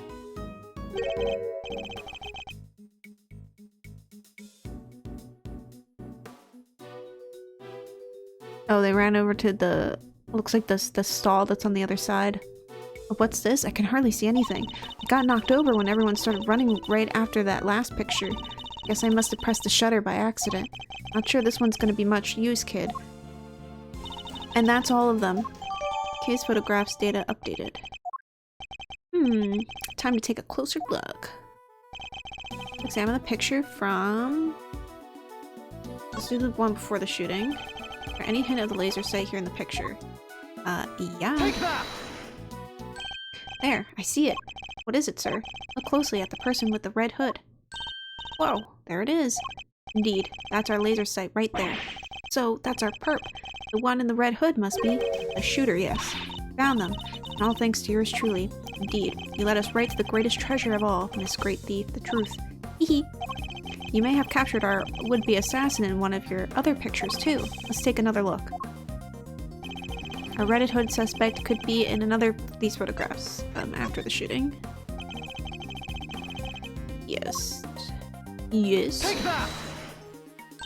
Look, right there. A red jacket. It must be our suspect. Looks like they took advantage of the confusion to make their getaway. Luckily, we can see exactly where they were headed. Ah, the samurai dog stand. Precisely, which means they escaped towards the right-hand side of the spectators area. Detective Gumshoe. On it, sir. Consider it cleared. Good. Counting on you.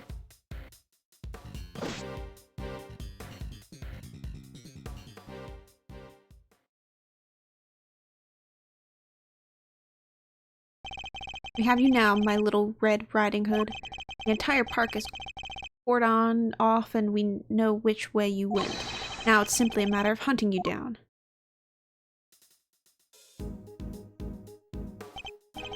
Now, let us continue our investigation. There's evidence here somewhere. All we have to do is find it. Okay.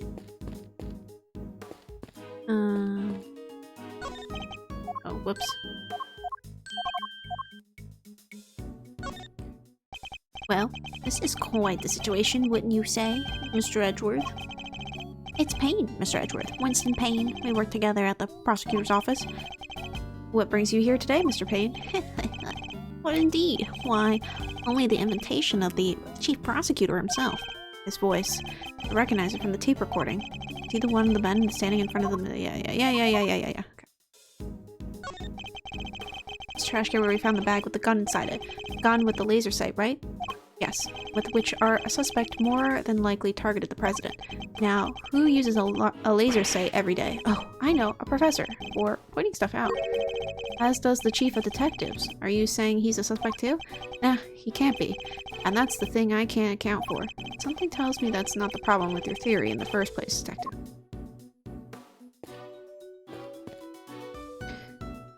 Oh. No way you can recover the footage you lost? No easy way, no. Sorry. How come? You can't even get a little of it back? Not even a few seconds? I'm not thrilled either, buddy, but the tape's completely busted, okay?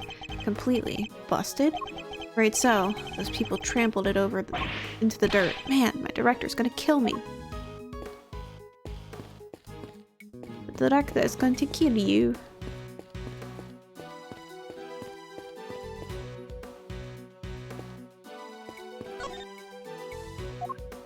Notice anything? There's are points of interest in every crime scene.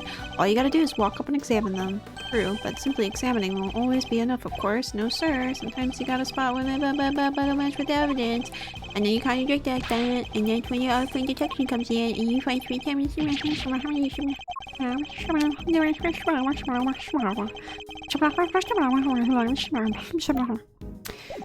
Oh shit. About the assassin. A red hood's gonna stand out like a sore thumb, sir. Our perp's as good as in the bag. Don't let your confidence blind you, detective. We mustn't close our minds to other possibilities. I mean, yeah, it's like on that show. You made an arrest based on a jacket? Can't believe you, Gumshoe. Something tells me whatever show this is, you watch entirely too much of it. You bet I do. Kids Mystery Theater is the best. They have this trivia quiz at the end, and you should get back to finding our assassin. Aw, sure thing, sir. Cut dead once again. Damn, poor Gumshoe. Sure is good to see Kay again. Ought to brighten things up having her around. I assume you meant to say stir things up. Hahaha. Come on, Mr. Edgeworth. There's no need to be shy. You're as happy to see her as I am. It's okay, you know. Nobody's gonna think less of you if you crack a little smile. I'm not saying I'm not happy about it. She just has a knack for trouble, for one.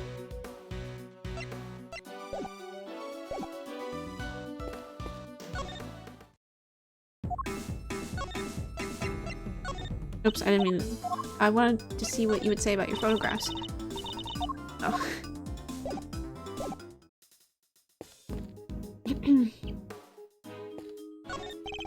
The banner advertising the rifle range has fallen over. It must have been knocked down in the crush. It's covered in footprints too. The crowd must have really panicked. Hey, you know where I can buy one of these? Why would you wish to? Don't tell me you're thinking of writing Gumshoe on it, wearing it on your back. What? How did you guess? Are you a mind reader, sir? Is that it? That was a joke. But I should have known that nothing impossible when it comes to the good detective.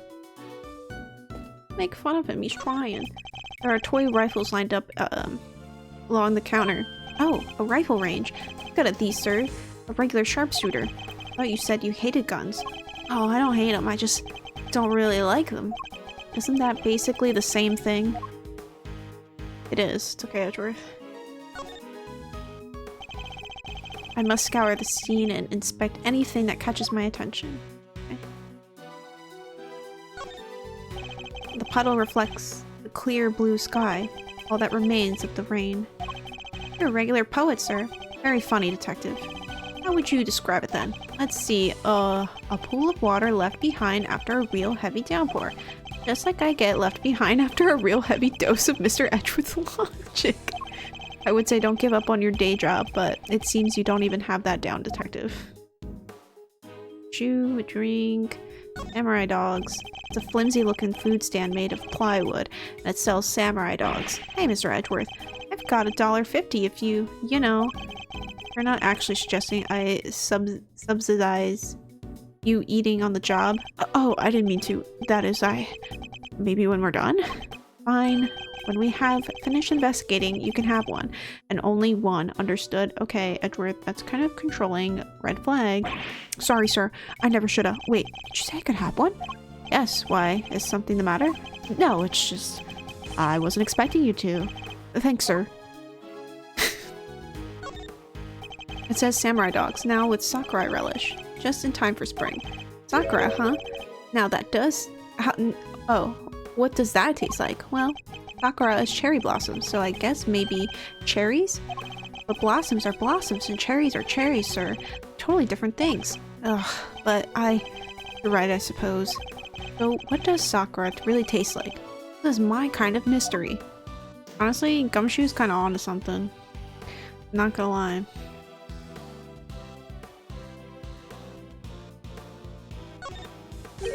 What's this? A red button. Hey, do you think? Could it have been dropped by a red-hooded suspect? Yes, it clearly seems likely. Oh. Also, there's something red down there. Detective Gumshoe, can you see what that is under the stand, please? There's something down here, alright. Let's see. A red raincoat. Must be the one the suspect was wearing. Are we sure it's not this reporter girl? Because she said that the two of them were in front of her. And we don't see her in that picture. If she said that they were in front of her. Well, I mean, I guess I kind of called it from the beginning. I was like, I think she's... I was like, you better not be our killer. And she is. They must have taken it off and hidden it under there before they made their escape. Red raincoat data jotted down in my organizer.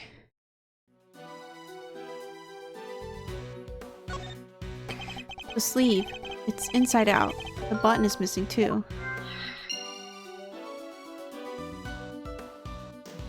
Okay. Is that it? Oh. There's nothing unusual about the left sleeve. Nope. It's not inside out and the button's still attached. Seems entirely too neat to have been removed in a hurry and thrown on the ground. Interesting.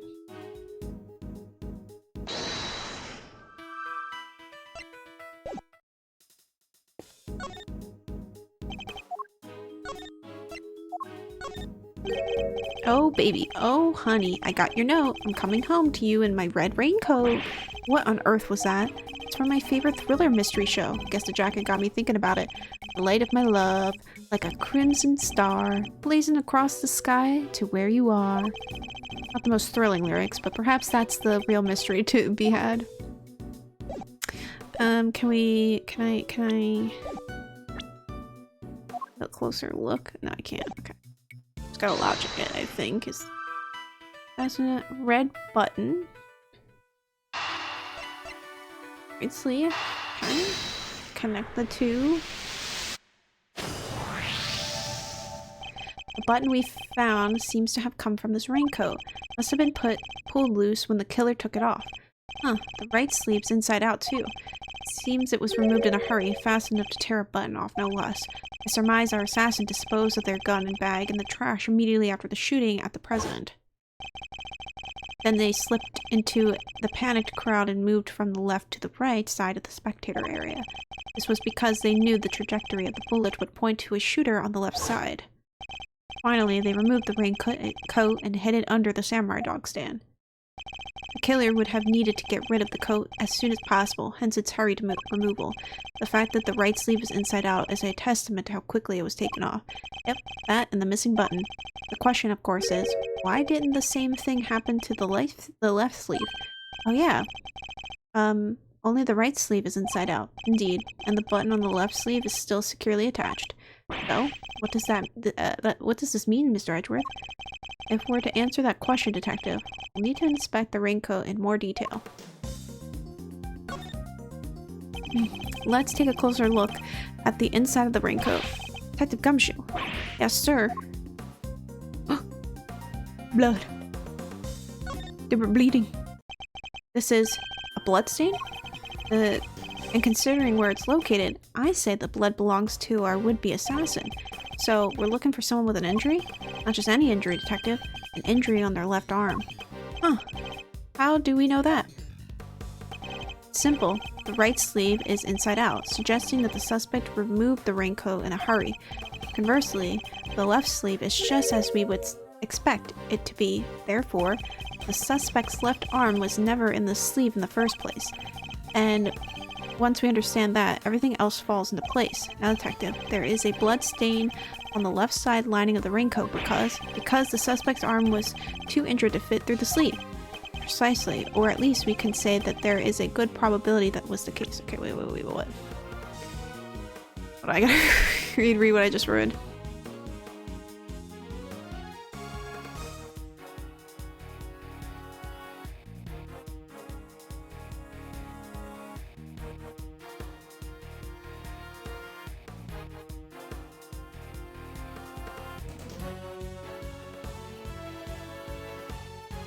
Okay.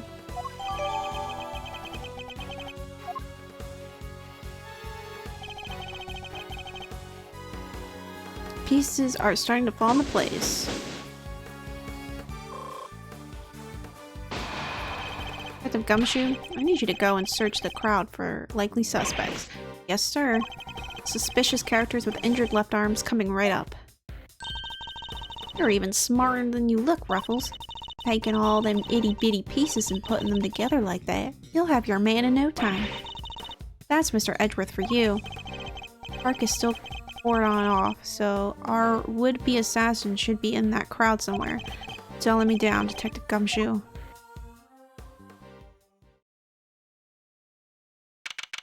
March 25th, 8:27 p.m. Gourd Lake. Spectator area. Mr. Edgeworth, we found someone who fits the bill perfectly, sir. Way to nab the assassin, Gummy. Hold on, Kay. It's a little soon to be jumping to the conclusions. For the moment, they're a person of interest and nothing more, understood? Okay, no jumping. But he's our shooter, sir. I'm sure of it. He's the guy who tried to take out the president. In broad daylight, surrounded by a crowd of witnesses. This is no ordinary assassin. Bring him over here, Detective. Carefully. Yes, sir. Come on, boys. You heard Mr. Edgeworth.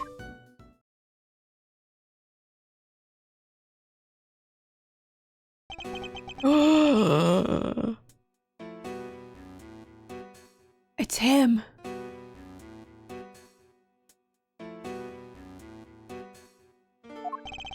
No umbrella and a bandage on his left arm. It's the man. Well, pal, state your name already. Doe. John Doe. Charmed, I'm sure. John Doe. Not a name you often hear in real life. That's correct. I know this man from somewhere. Sure of it. And you are Prosecutor Edgeworth? And you are Prosecutor Edgeworth. You know my name? Well, okay, first of all, I don't think anybody... Correct me if I'm wrong, I'm pretty sure nobody met Shelly in person. Besides Maya, right? Unless did we actually... No, they didn't never brought... Did they ever bring Shelly to court? I don't think they did. Or maybe he was, like, actually there, but I don't know. I don't remember. You know my name? Of course, I have been following the day's development with some interest. Now, perhaps you'd care to explain why you've asked to speak with me? As you've been following our investigation, you're no doubt already aware of who we're looking for. So let me ask you, do you recognize this raincoat by any chance? Forgive me, but I am afraid I do not. I see. Well, I believe its owner would be the would-be assassin we are seeking. My, well, isn't that just shocking? And this same would-be assassin happens to have an injured left arm, just like you. All I can tell you is that I had nothing to do with this unfortunate affairs. The two adversaries stare at each other down, and their eyes are like deadly lasers. Care to tell the readers what happens next? Showdown, that's what. Battle of wits. Battle of words. Dare I let him explain any further what he thinks this upcoming battle will entail? Sure, let the man bother on. No, let's not go there. Sure. In a battle of wits, you never know if or when the other guy might be lying or just plain mistaken. But if you spot an inconsistency in the statement there, you gotta present the evidence that proves it. And to do that, I'll need to first open my organizer. Okay. And what if there's ain't no inconsistencies to find? Then you change the tack. Press for more. Okay. Yeah. Why don't you show us what it's done, Mr. Edgeworth? Stepping up to bat, our nation's top prosecutor. I still think she's sus and not Shelley. Once I am able to quietly gather my thoughts, yes. Or, sorry, John Doe or Doe. I can understand why whoever wore the raincoat would be of interest to you. But you have no proof that this person is injured as you claim. My left arm may be injured, but I can still use my right. When it started raining, I simply opened my umbrella, no raincoat required. So you contend that you were not wearing a raincoat, is that correct? It is, and is that so strange? Not everyone wears one after all. I happen to prefer an umbrella. Team Raincoat over here, they're perfect for when a girl needs to move. Heck, I don't use neither. Come rain, sleet, snow, or shine, it's my trusty parka every time. Not exactly the line of inquiry I was hoping to pursue. So you see, I'm not your would-be killer. And I'm not in the habit of making baseless accusations, Mr. Doe. Please, I am just a simple ice cream cell. Oh my. Oh, never mind, maybe he is the killer. Forgive me, my wound seems to have begun bleeding again in all the excitement. The owner of the raincoat is definitely our assassin. And said owner also has an injured left arm. I'm on to you, Mr. Doe. It's only a matter of time. Unless it... Kind of silly that it's him, not gonna lie. I mean, I get it. It's his job, but... Come on. It was cooler that, like, he wasn't really caught.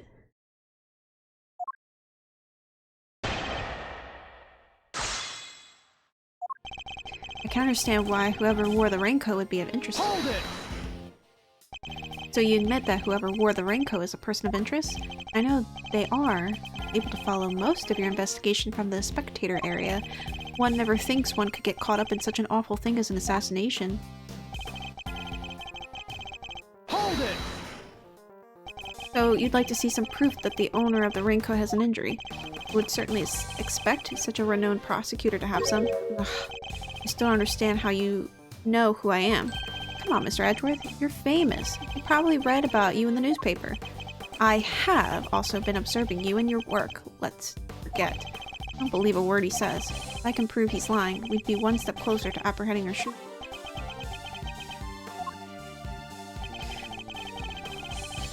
Hold it! That looks like quite a serious injury, Mr. Doe. How long ago did that happen exactly? Oh, not long ago. Not long. That's all you're gonna say on the subject? Well, it certainly made serving ice cream more difficult. And stopped me from holding my umbrella while I work. When it started raining, I simply opened my umbrella, no raincoat required. Hold it! And yet, you don't seem to have an umbrella on you at the moment. Didn't the rain stop only a short while ago, just before the shooting? It did, indeed. I remember because I was suddenly inundated with customers. That was less than an hour ago. Are you trying to tell me you lost your umbrella in this short span of a time? Yes, that is exactly what I am trying to tell you. After all, it only takes a moment for someone to steal an umbrella, especially in a crowd of that size. That's entirely possible, I suppose. I had my umbrella when it was raining, Mr. Edgeworth, that is a fact. And then he lost an umbrella to the crowd, huh? Guess it's just one of those things. I suppose you're going to tell me that his wound reopening is just one of those things, too? Well, it kinda is, no? The assassin's left arm is injured.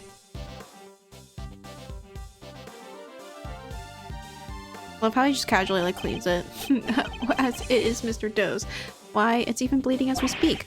Right, that is pretty suspicious.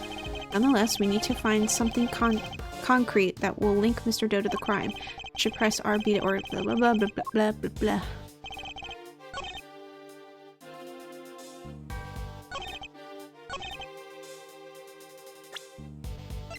I mean, yeah, we do.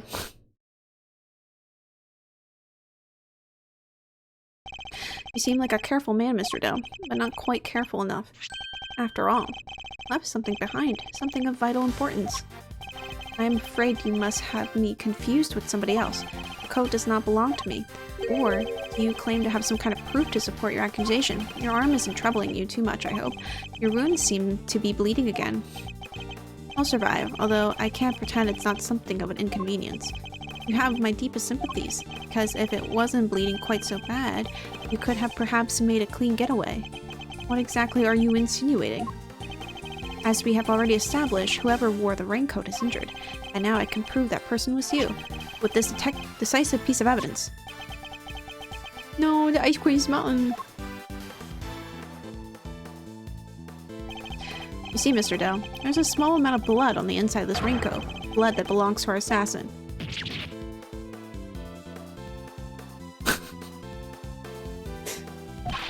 Attempted murder of a foreign leader?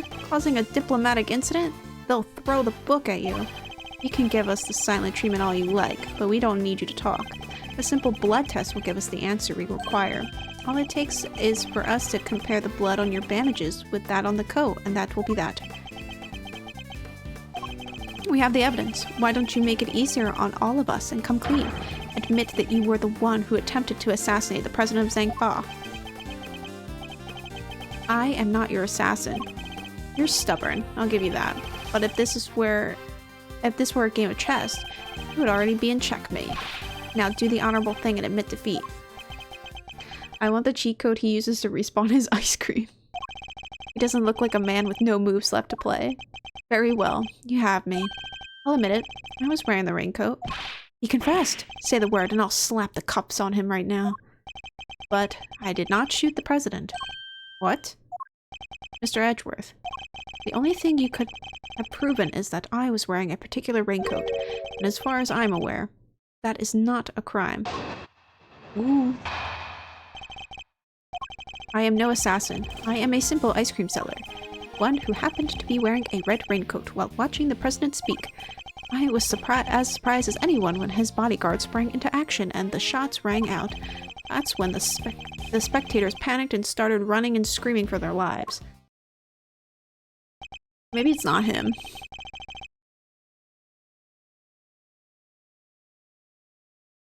I'm trying to like think.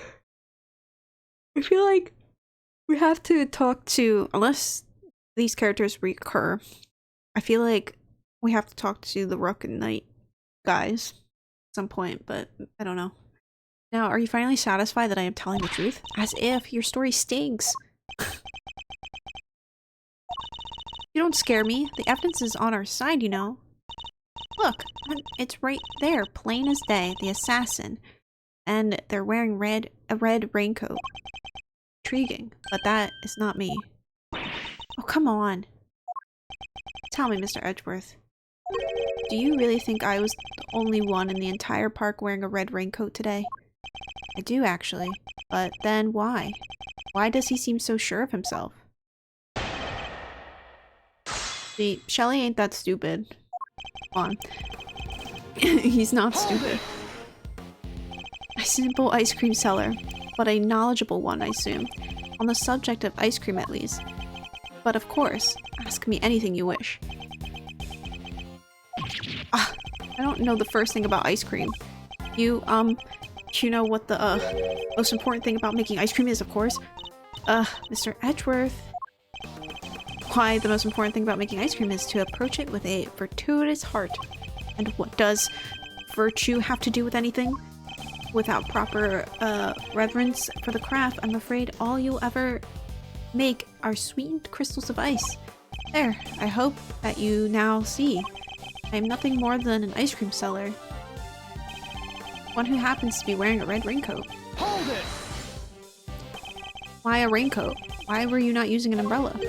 Is that so strange? It was a rainy morning. Most people were wearing a jacket of some kind. Well, I'd say it's a pretty strange choice considering you couldn't get one of your arms into it. Better that than have one of my hands occupied. By an umbrella. I had ice cream to serve after all. Then why go to such lengths to avoid testifying to that effect in the first place? Forgive me. I simply hadn't remembered until now. It had been an eventful day after all. Eventful? Well, I hardly know what else to call it, Mr. Edgeworth. The president of Zhangfa was shot at. I was surprised as anyone when his bodyguard sprang into action and the shots rang out. So you saw the bodyguards move before you heard the gunshots? Yes, if I recall correctly, they moved first. At least the one on the left did. You're rather observant, Mr. Doe. I am blessed with keen eyes. The name of the bodyguards were written in the top left corner of the security plan.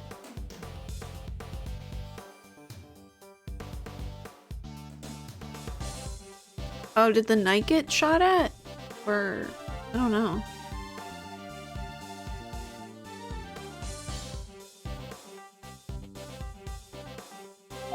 And the one on the left was Rook. That's correct. Bastin Rook, I believe. I expect he noticed the light from a laser sight. The man is no amateur. Mr. Doe knows a little too much about the business of being a bodyguard for my liking. I'd say our friend here is no amateur either. I'd like you to append what you just said to your testimony if you don't mind. As you wish. Bodyguard on the left wasn't especially quick to respond. The bodyguard on the left was the first to move. By the smallest fraction, yes. He reacted admirably swiftly. His name was Bastian Rook. It appears you've assessed the situation quite astutely. No more so than anybody else, I'm sure. Good. He didn't even flinch. Hold it! So, you yourself didn't start running and screaming? I was hardly in the position to. Oh yeah? And what position were you in? One of extreme pain. Somebody bumped right into my wound arm. Hard. It was excruciating. But my eyes would pop out of my head. Yeah? Well, they clearly didn't. Of course they didn't, Kay. In any event, the shooter was wearing a red raincoat. We have photographic proof of that, and yet Mr. John Doe here swears it wasn't him. The guy's lying through his teeth, I tell you. No one gets away with disrespecting Mr. Edgeworth, pal. Not even on my watch. Calm down, detective. Get to the truth out of him by catching him in a lie. Yeah, so let's keep at him. He'll let something slip soon enough.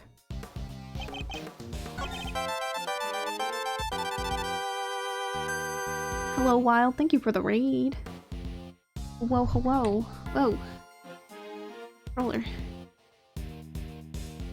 Give you these shoutouts. I spelled your name wrong. There we go. How was Dragon Quest? How was it? Yes, I'm on to the second Ace Attorney investigation games. Amazing as always, that's good. He did a boss and got his booty. His booty? His booty? We love Wild. Because he was a pirate? Oh my god. Was he Monkey D. Luffy? Hello, hello, welcome in. We're interrogating this totally not suspicious ice cream seller. We We are investigating an attempted assassination on a president of another nation.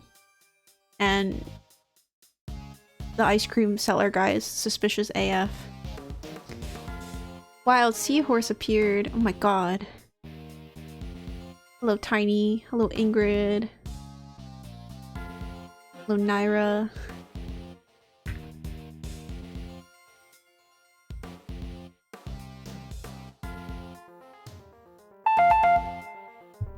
Thank you for the follow. You got Ben and Jerry's in the freezer? Are you going to share some?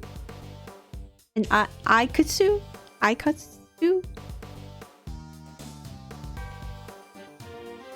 Bad at pronouncing. Welcome. This is this game is me trying to figure out big words and figure out how to pronounce people. That's your name. Got it right. Let's go.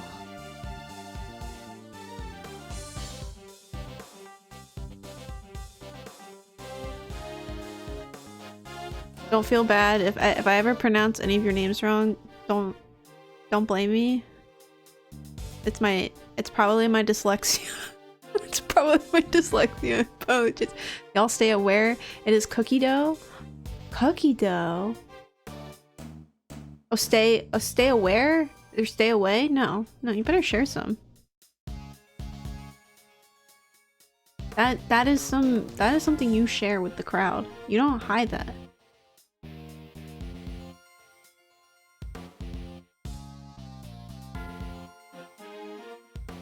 You can't just say, I have ice cream and not share. You can't just hoard it. I wish I had, well, I did have ice cream. I had like those viral mango ones. Like the ones on the stick that looks like real mango. It was pretty good, but I already ate them all. Hello, Kuraki. You're gonna go to sleep now. Have a great night.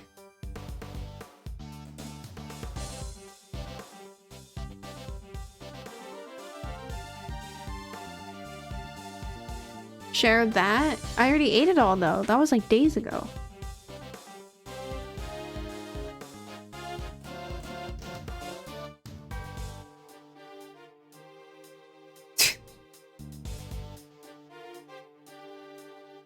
Let's roast him. Yeah, we'll just sacrifice Wild and turn him into ice cream? Question mark? Fish ice cream? Been hooked on Ben & Jerry's peanut butter cup ice cream? That sounds amazing. I should look into getting some. If my local supermarket has a sale on Ben & Jerry's ice cream, I'll be lasered focused to look out for that. Hopefully it's in America. Because sometimes big brands might not carry the same thing, but I would assume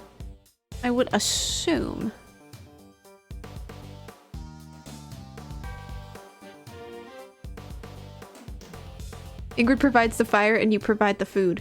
Great. Perfect. Once we eat them, we'll have bits of Wild in us. Each of us will have a piece of Wild in us. And we will carry on. This is like some dark ritual we're performing. You already- whoa, whoa, whoa, whoa. You have to share some.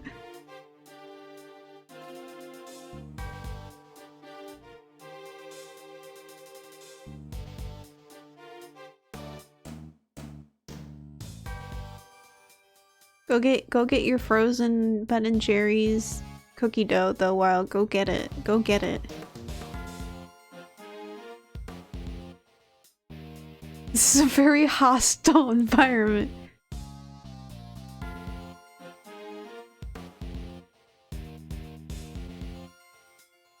I feel like this is a very toxic environment that you have brought me into. All the pieces of Wild.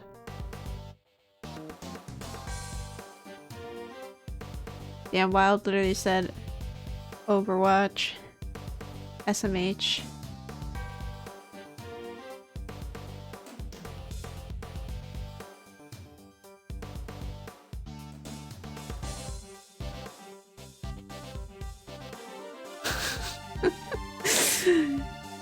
You can't even keep up with the bullying.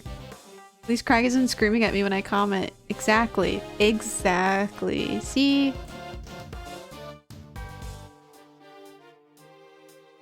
I would never.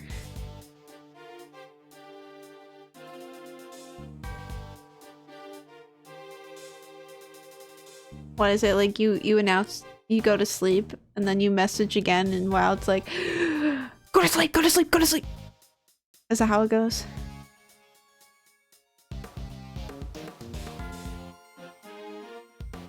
Go to sleep. Wow, you have to tuck him in. You have to tuck every single person going to bed. You have to tuck them in. You know the Olimar video where he kisses the Pikmin goodnight on the forehead when they go into the spaceship? You have to do that with every single one of your viewers. Every single one of your chat members. If they are like, I'm going to bed, you have to do the Pikmin thing.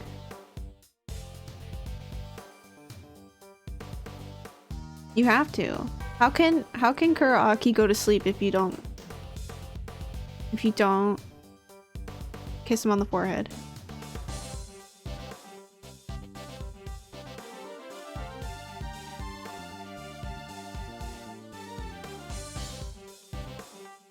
Knock him out. I mean, maybe it'll do that. Maybe it'll do that. You don't know.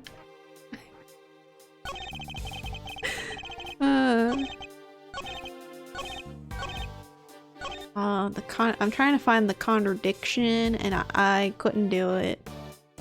I've also been trying to give Edgeworth a British accent, but whenever I do it, it turns back to a southern accent, or I go like too cockney to the point that he sounds like obnoxious. It did not like you saying ride him.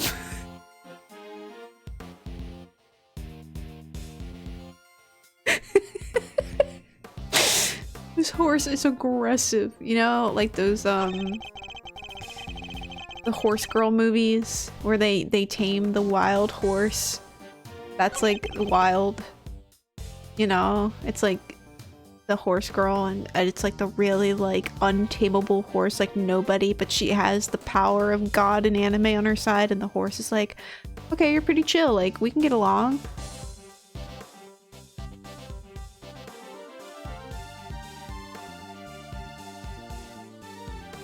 I was never a horse girl, but I feel like I know like the common tropes of like those movies and books. What happened to be right? I feel like it's gonna be the sentence that he added. I was surprised at anyone. Bodyguard on the left, was it? Yeah, hold on. Brooke repositioned in light of Knight's injury. So, hold on, let's look at the photograph.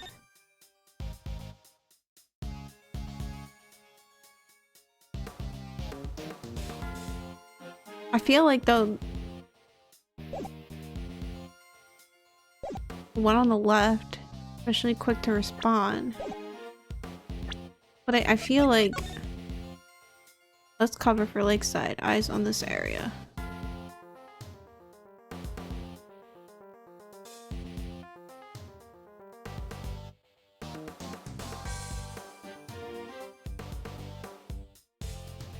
See ya. Have a great night, Kuraki.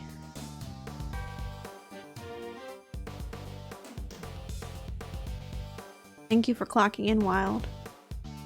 You don't get paid, but that's okay. Knight to immediately escort President to plane in case of emergency. Less covered for Lakeside. Eyes on the area. Wait. Also, it just said that one of them was injured. Knight's injury. Well, I think Knight is the killer. If Knight is injured and we can't see his arm because his... I know we can see his arm.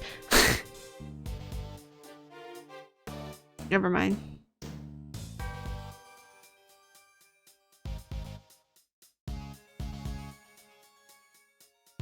You're employed! Here, are you ready? We have a special little thing.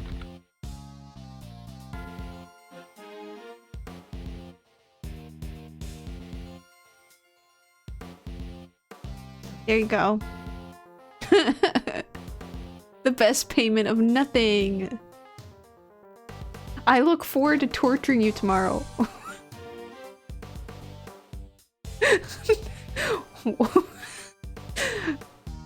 Wild has only in Wild's chat I feel like that is something that is like I'll see you tomorrow, Wild, can't wait to torture you, like evil like emoji rubbing hands together.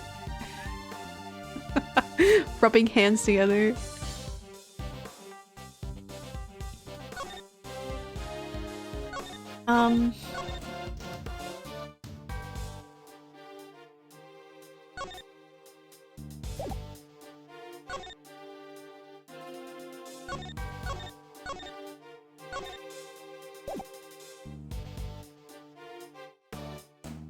He was especially quick to respond.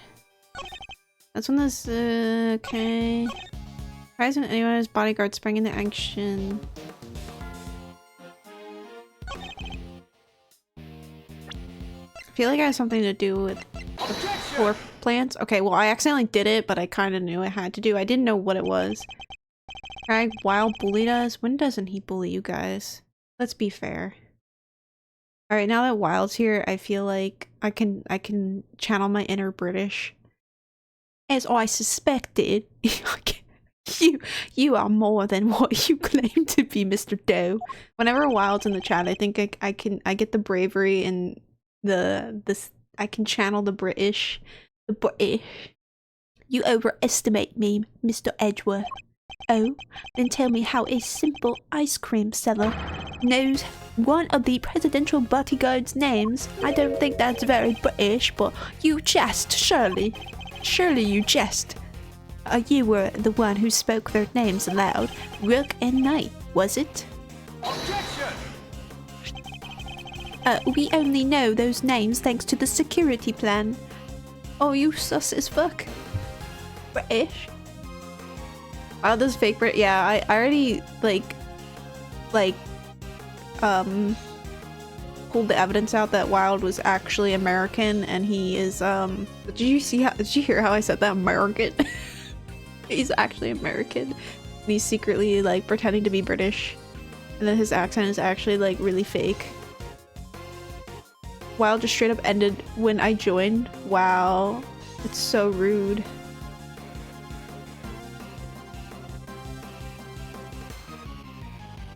Craig, I didn't know you were. Yeah, I'm actually British, and I fake being an American, and then Wild's actually American but fakes being British.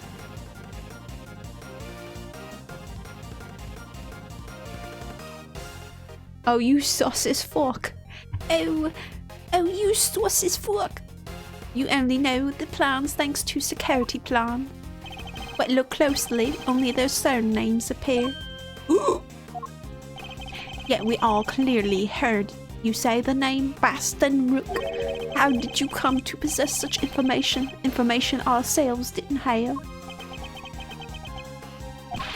Seems pretty darn suspicious to me. Well, how did you know? Explain yourself. It was merely a slip of the tongue. I'm talking in a southern accent again. Another lie, he isn't the assassin, just like we said. Come now, miss. It's a little soon to be jumping to such conclusions. I did know their names, yes, and the reason for that is, well, I know Mr. Rook. He and I are acquainted. What? We have something of a connection. And his is a name I could never forget. You think we're stupid, pal? Stop lying. I am not lying. I am, as I have always been, a simple ice cream seller and an acquaintance of Baston Rook. Yes. Objection! And I suppose Mr. Rook will confirm that. Oh, wait, sorry. I'm British. In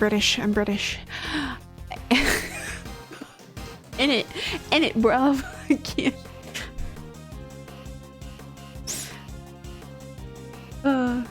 I swear on me mom. I swear on me mom, and I suppose Mr. Rook can confirm that. It should be as easy enough for him to remember. I can't do this. I can't take it seriously. It should be easy enough for him to remember his good. I always have to do it. Not you, right? Not me, not Hermione, but you. It should be. should be easy enough for him to remember. I go back to the damn southern accent, the slippery ice cream seller. Please, you are more than welcome to ask him, although I think that might be difficult right now. I would imagine he's rather busy ensuring the president's safety. But I suppose you're able to speak with him, and he does deny that he and I are acquainted. How will that help you prove I was the shooter? If you weren't the shooter, I take off your raincoat. Because it was too long. It was too long. It was no longer raining. In fact, it had grown quite warm. Far better to let my wound breathe, no? Or would you rather I had left it fester? Ugh. Is he actually going to worm his way out of this?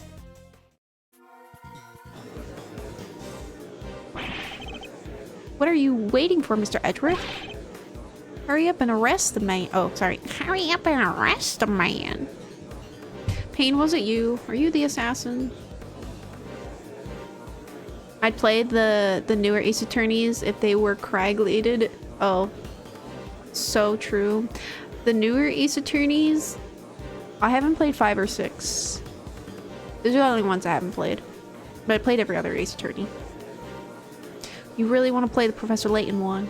I recommend it. It is kind of slop at times, but I enjoy a fully nice crossover. Grabs Wild's closet and yeets it out the window. I'm very impressed that you were able to grab an entire closet. What's in the closet? He's clearly guilty. If I were him, he'd be in jail already. You might be willing to arrest a man without sufficient proof, but I am not. No, come on, Mr. Edgeworth. There's gotta be something you can do. Shall concede here, as the culprit seems all but certain to escape justice.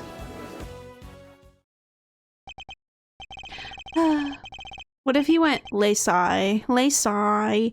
It seems the court of public opinion has spoken. Very well. As I will clearly be viewed with suspicion no matter what I say, I might as well share what I know. What you know? It says Angle here. I saw them. I saw another person with a red hood. What? Are you kidding? It's the person you captured in your photograph. I first noticed them just before the president's speech began. It was still raining then. Their outfit was the same color as my own, which is what drew my attention, as did the laser beam that was aimed directly at the president's head. He's claiming there was another Red Hood person? Preposterous. Edgeworth, that is not preposterous. There could be multiple people in a crowd wearing the same colored coat. Come on. Come on. Come on. One second.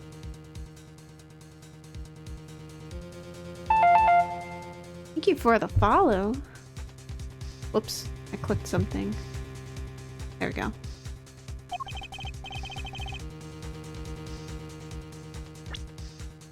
Ingrid is immensely powerful. I think she's related to Lara Croft. Holy shit, that's awesome. Which accent will she offend today, folks? Find out soon. Are you saying I'm offending the British folks? Am I offending every British folks? Am I offending you, Wild, with my failed accent? Am I offending you and your British?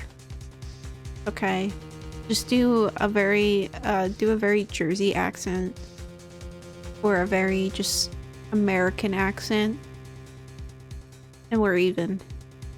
I know you're joking. Wild's always sassy. Whenever Wild's in here, he's got his hands drawn, ready to throw them at me. He's ready to throw hands with me. He's just a meme. I'm just a little meme.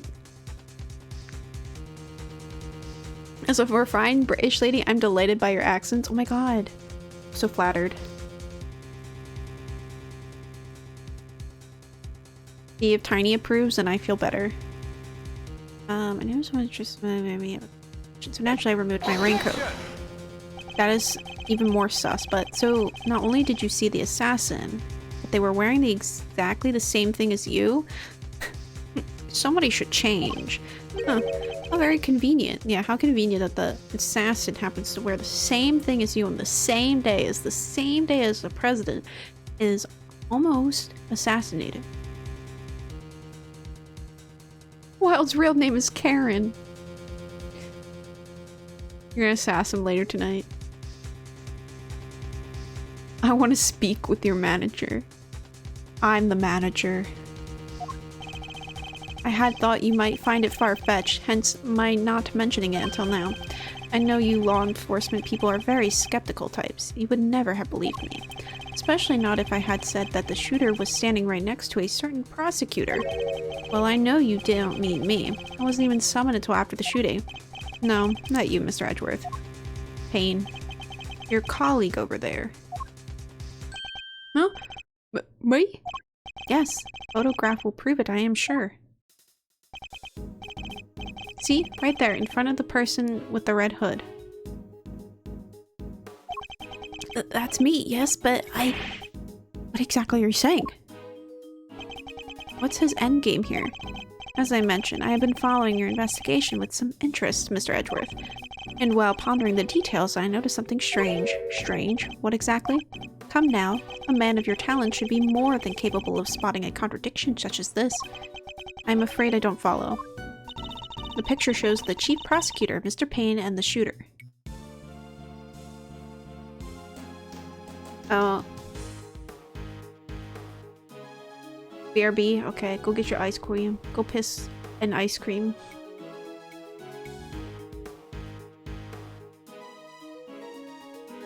My answer only to the flamethrower. But there's nothing weird about that, is there? Listen carefully. The picture was taken right in the middle of the president's speech. One of the other pieces of evidence you've gathered is inconsistent with that we see here. What is Mr. Doe talking about? Which piece of evidence is inconsistent with what's in this picture?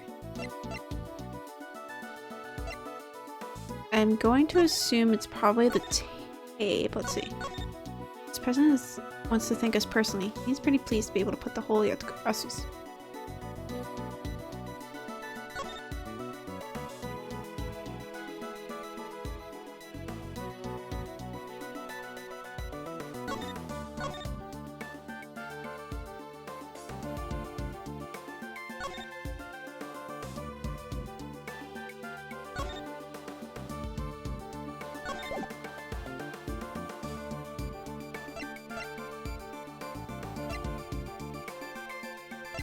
I want to say he's referring to the tape because Lloyd says the president thrusts his fist into the air as the excitement reaches fever, and technically these guys weren't talking quite yet when he was doing that, so... Take that! Ah, of course! The tape. It contradicts the photograph. I'm a fucking genius. You ever seen a firefish before? You know, they have a water fire type Pokemon, and you would think they would make it a fish to be really cool, but it's not. It's some kind of weird looking mythical Pokemon. You would think. I came back and heard fish. Well, firefish. Do you know a Pokemon out there that would be a firefish? Got ice cream. You gonna share that? I really, man, you said cookie dough ice cream. I was like, damn. I went to Target today because I needed creamer for my coffee because I woke up. I woke up at 8 a.m. and I forgot. I was like, man, I don't have any coffee creamer for my coffee. I should probably go to the store. And then I fell back asleep. I woke up at 11 and then I went and I looked at the supermarkets around me just to see. I wanted to get a particular creamer. So I went to see who had it the cheapest that day, and Target did, which Target's usually pretty expensive. So I was kind of shocked when I saw that it was like way cheaper because it was on sale. Well, it was buy two get one like percentage up, whatever percentage off, and I ended up buying like other things that were on sale that I saw at Target. I got some snacks.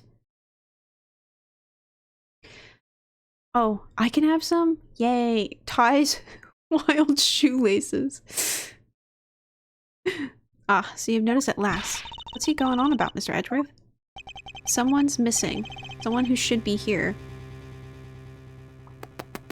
I knew it. I'm telling you, the girl is suspicious, or one of his little fucking bodyguards is, but I think it's the girl. I don't know. Huh? But who? Who indeed? The person missing from this photograph is... Take that! Miss Lloyd? Bink, bink, bink. The ice cream. They don't have ice cream. That is what is missing. You're so right. How do you figure that? Mr. Payne's voice can clearly be heard on Miss Lloyd's tape, considering that he was conducting a private conversation with the chief prosecutor. On there was these two old guys standing right in front of me. They were whispering away to each other the whole darn time. She must have been very close indeed to capture it on tape. You're right. But she's not in the picture. Precisely. Well, Mr. Edgeworth, do you still believe that you have been hounding the right person? Ugh. Miss Lloyd, would you mind answering a few questions? Whoa, y'all are fixing to put me under the microscope now? Alright, sure. Knock yourselves out. I got nothing to hide. Okay. It ain't like I was standing still the whole time. No, I was running all over. Roving reporter style. And that was a big old crowd. Guess the picture must have been taken while I was in one spot, and the tape from when I was in another. Oh, quit giving me the evil eye. Ain't nothing but a misunderstanding. Nope, not a misunderstanding. She was a bear trap? You never know, man. She's an assassin. What do you mean? Just kidding. We don't know. She probably is, but we don't know. There's no doubt about the voices on the tape. That is what Mr. Payne and the chief prosecutor. That was Mr. Payne and the chief prosecutor, I'm certain of it. But you choose the bear? Wait, what do you mean you choose the bear? Tabby wouldn't lie to us. I know she wouldn't. Okay, you just met this woman. I love it in Ace Attorney when they're like, the character meets person for the first time. They're like, they would never lie. I'm like, you just met them today. You just met them today. If you trust a person that you just met today, red flag. You need to reevaluate yourself. But if she did, that would mean that she's our perp. Will y'all quit messing with me? As if I could have done a thing like that. Little old me. I mean, she could have done it for tabloid reasons, because, you know, maybe she's like, oh shoot, like this meeting is so boring, you know?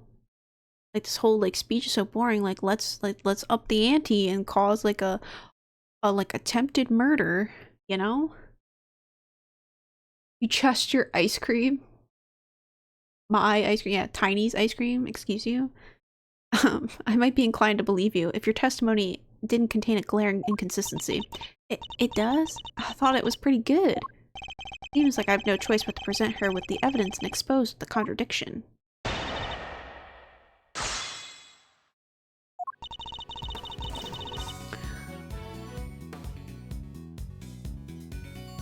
Taking a sip of my water. Finding Nemo's seagulls flashing. Mine.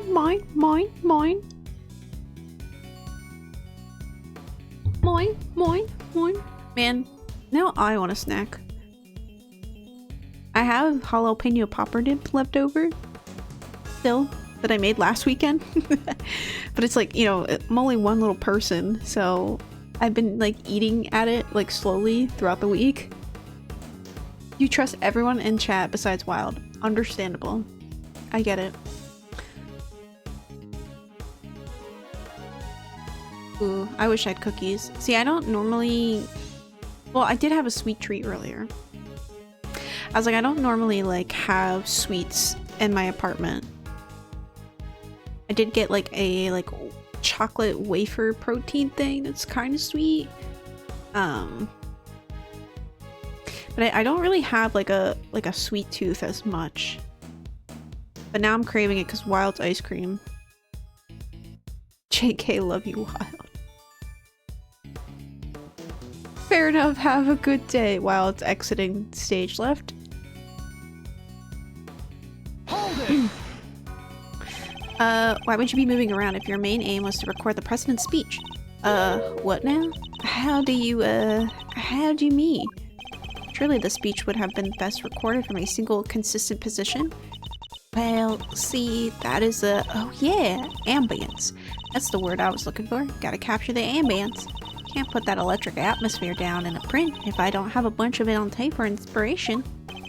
Surely all you achieved was to fill the tape with unwanted background noise. Y'all are questioning my methods now? I don't do standing still, alright?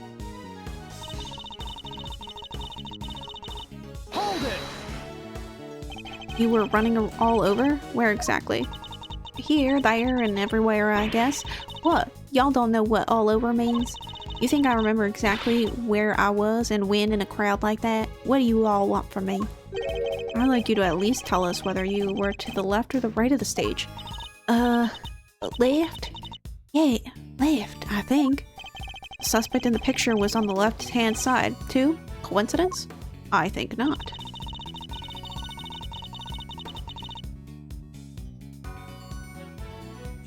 Guess the picture must have taken a while as in one spot. Hold it! So the fact that you are not in the picture is to be expected. Is that what you're trying to tell us? It surely is. I caught your pals, the prosecutors, on tape while I was in the one part of the crowd. And then that picture was snapped while I was off someplace else. That's not possible. Look at it that way, it all makes perfect sense. Your assertion, then, is that the picture and your recording were taken at different points in the speech. Yep. Time is everything. You learned that soon enough in this line of work. So if I can prove that the two things did happen at the same time, our entire defense will come tumbling down. Hold it! Evil eye. Evil eye. Okay, if you have to go, have a good night. Are you trying to set Wild up on a date? Wait, what's happening?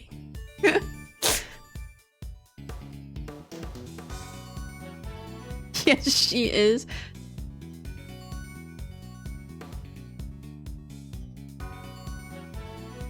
But Wild has Goldine.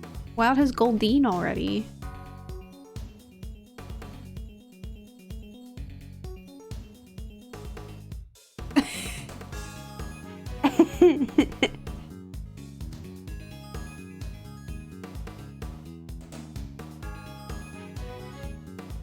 You're a Sea King and you have a Goldine. Are you suggesting that I might be attempting to intimidate a witness? No, I'm just suggesting that you lighten up a little. Around that wait for too long and it'll stick. Ain't nothing so bad that a little smile can't make better, won't you say, Ruffles? I am investigating the shooting of a president, Miss Lloyd. A smile is highly unlikely to help with that. Now I may just leave. No, you're not allowed to leave. So proclaimed the prosecutor, all the while beaming from ear to ear. Paragraph ends. Perhaps what I ought to do is deploy my even eviler evil eye on her next time. I can't just get a read on her. But I don't feel like she's hiding anything super bad either. I agree that she doesn't seem to be ill-intentioned. But who knows that that means something much worse is lying just underneath. Regardless, we must put aside our immediate impressions. Her actions are on the record, and I have proof that contradicts her testimony.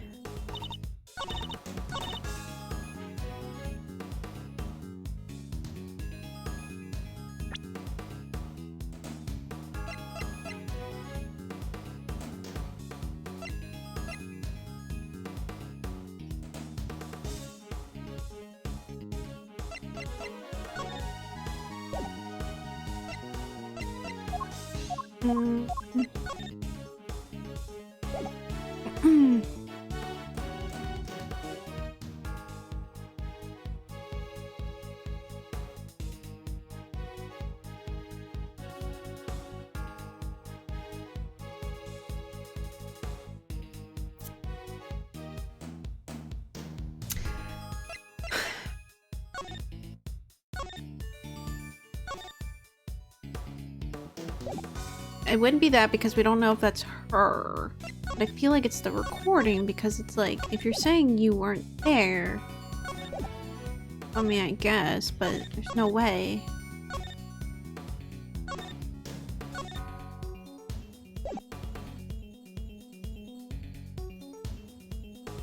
Guess the picture must have been taken while I was in one spot and the tape was from when I was in another.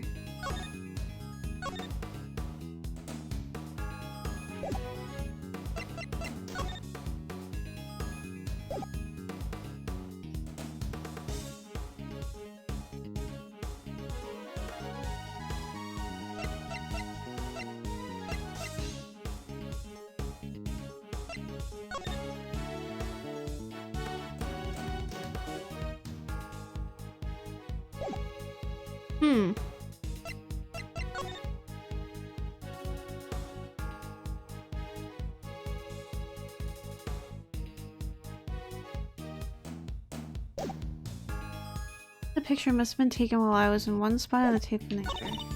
Running all over roving reporter style.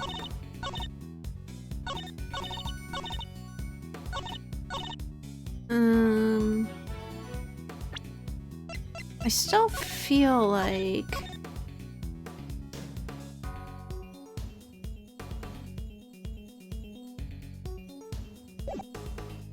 the picture must have been taken while I was in one spot and the tape from when I was in another. Doesn't add up though. I don't know which one to present.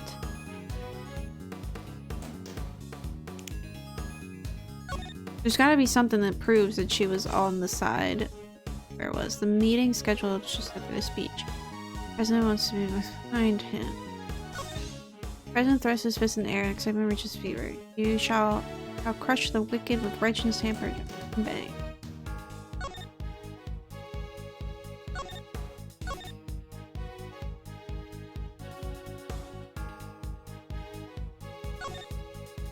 Meeting is scheduled for just after the speech, correct? I think us personally, seems pretty pleased.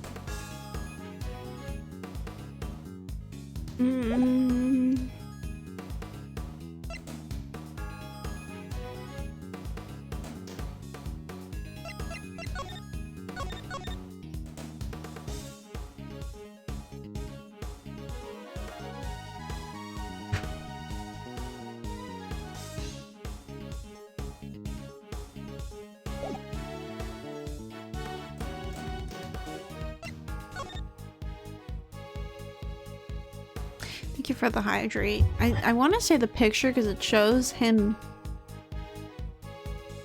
talking, but wouldn't that be more... I'll just do that. Okay, I was right. I was really overthinking that. I was really overthinking that. Miss Lloyd, it's imperative for a reporter not to lie when you say, "You're dang right it is, and I don't lie." And yet the photograph and the recording were definitely taken at the same time. What? You can't prove that. Oh, but I can. Evidence is right here in these pictures. This one in particular shows something that lines up precisely with when you were making your recording. Part of the picture that indicates the must have been... Yeah. Here. Take that! Here, look closely. This is the answer to all of our questions. I don't rightly know what it is. Here, right here. Look again. It's faint, but it's there. It's a speck of dust, maybe? Happens all the time. Amateurs don't think of what— oh, fuck. Did I fuck that up? Wind up thinking they call it ghosts on camera. You, into that kind of thing, Ruffles? What?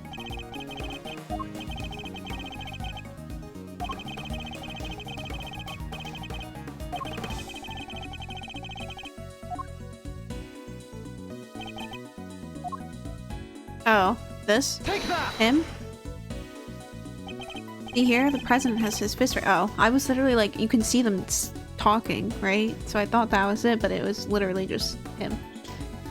Maybe when hydrate is redeemed, a little watering can sprinkle on your leaves. I've been told that before, and I was like, I should do that. But I gotta be smart how I implement that.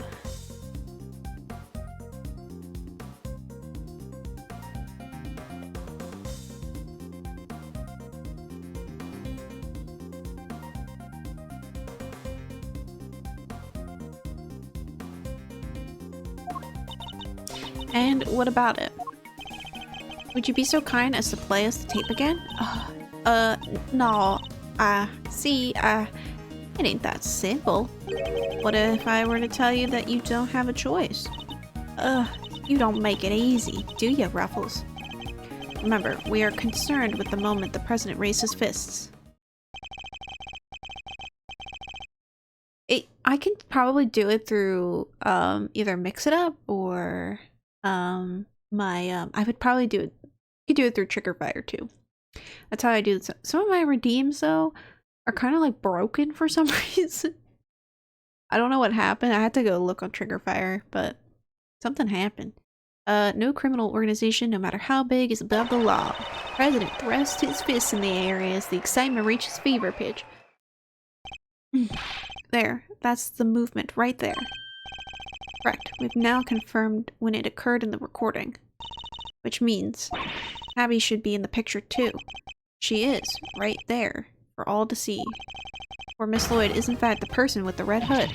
Whoa! Oh, her bear trap went off. So you're our shooter, huh? No. I don't even own a jacket like that. That's right. From everything we know, the owner of the red raincoat is, neither of them?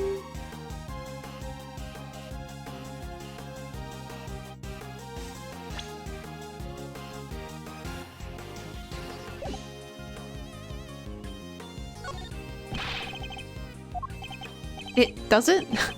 Then who does it belong to, sir? Never mind, I thought I was okay, it belongs to her. Who else could it belong to, do you think? Beats me, sir. Who? Can I get back to you on that? I might. Remind me how long you have been working as a prosecutor, Mr. Edgeworth.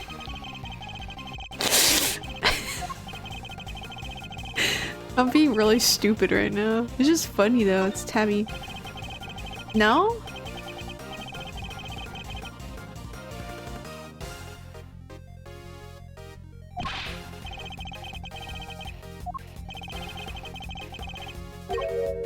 Oh, okay. Wait.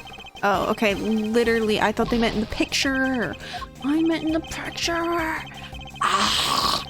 Okay, shut up. Video game making me look stupid. We've already proven that the raincoat belongs to Mr. Doe. You, Miss Loy, were wearing something else. Something that also happens to have a red hood. So there were two people with red hoods all along? Indeed. Mr. Doe's last statement was true. Wait, but we only found one raincoat. Where's the other one? Our ice cream seller never mentioned a raincoat, only a red hood. So tell us about your jacket again, Mrs. Lloyd. Huh? This whole thing? Well, it's the best thing about it, like I said, is if you get mud on it and such, it's reversible, you see? So if you just turn it inside out and... Eek! Oh, it's red on the inside. I think it was Craig with the watering can in the library. Wait, yeah. You know what? You're right. It was me. You caught me. Hands up. You caught me. Just as I thought. The inside of her hood. It's red. That's right. And when the incident occurred, that's the side of the hood that was visible. What's going on here? What are you really up to, huh, pal? Wait, I never even wore it that way around. Perhaps if you would allow us to examine it, we could confirm that for ourselves. And y'all are gonna confirm that how exactly? It was raining right up until the president's speech, correct? That much has been established already. And as you yourself said, heck, I don't use it either. Come rain, sleet, snow, or shine, it's my trusty parka every time. If you haven't reversed your parka since the rain, then the inside should be dry. But wait a second now. I got this big old backpack on. See? So I can't take off my jacket. Yeah. Maybe I could show y'all some other time? You think an excuse that weak is gonna wash with Mr. Edgeworth? Ow. Well, what are you waiting for? If you're innocent, take it off and show it. Take off your clothes! Prosecutor's Gambit. No, it's Prosecutor. We've soiled your pants. We've soiled your pants. What? We got to the root of it. Wow.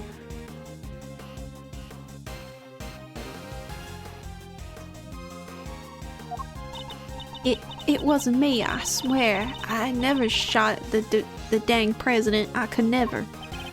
If that's true, Miss Lloyd, then your best option is to cooperate and tell us the truth. Also, hello, Kiang, by the way. Craig Pisters? No, it said, I think it was Craig. Or no, it said weave soiled. You weave soiled. Well, I don't know how. Never mind. You know what? I'm thinking too hard. You know what? Wild, just. Hush. Is there a particular reason why you chose to wear a parka with a red hood here today? I'm sorry, Ruffles. There's something I never told you. Something I couldn't. But I'll come clean, I promise. Just go easy on me now, you hear? Hold it. Who's saying hold it? Uh-oh. What? Who said that? Hold your horses. It's a little soon for the endgame.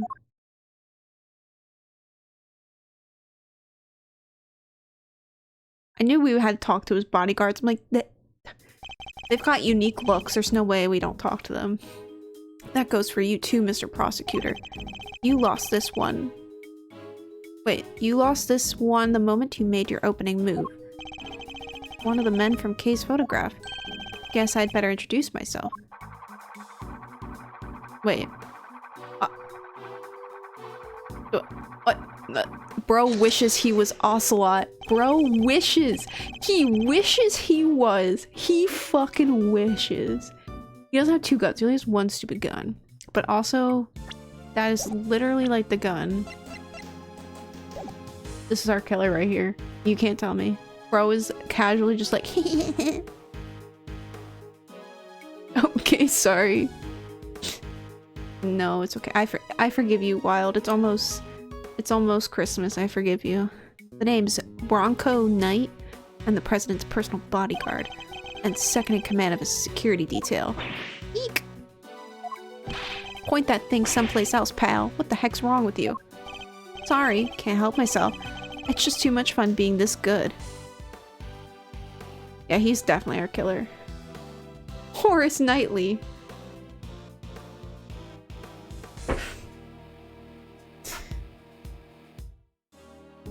Ugh. Dude, wave his weapon at police and prosecution. Yeah. Xmas joy for all. That's right.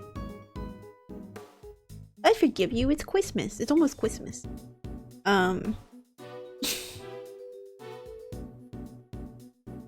he said he's also in charge of the security plan, so I feel like he... Okay, from what I know about the second Ace Attorney game, he could have also tried to hire Shelly to take out the president. Just saying. Or, I don't know. Also, I guess he's injured on the neck, which is very interesting. Sorry, can't help myself. It's just too much fun being this good. You're not a member of law enforcement, so how did you get a gun? This old girl's on loan from Zhang Fa, temporarily issued to us presidential bodyguards. Anyway, never mind that. I got 2 tidbits of news for you. You want the good or the bad first? Choice is yours. I'm indifferent, whichever you prefer. Really? You're giving up with the first move advantage, just like that? Whatever. You're lost. I guess I'll push out the first pawn then. So you play a little chess, I take it. What is bro doing? But what is he doing?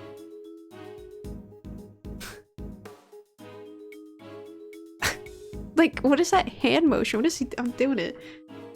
Me when I'm trying to find the nipple? Like, what? Like, what is he doing?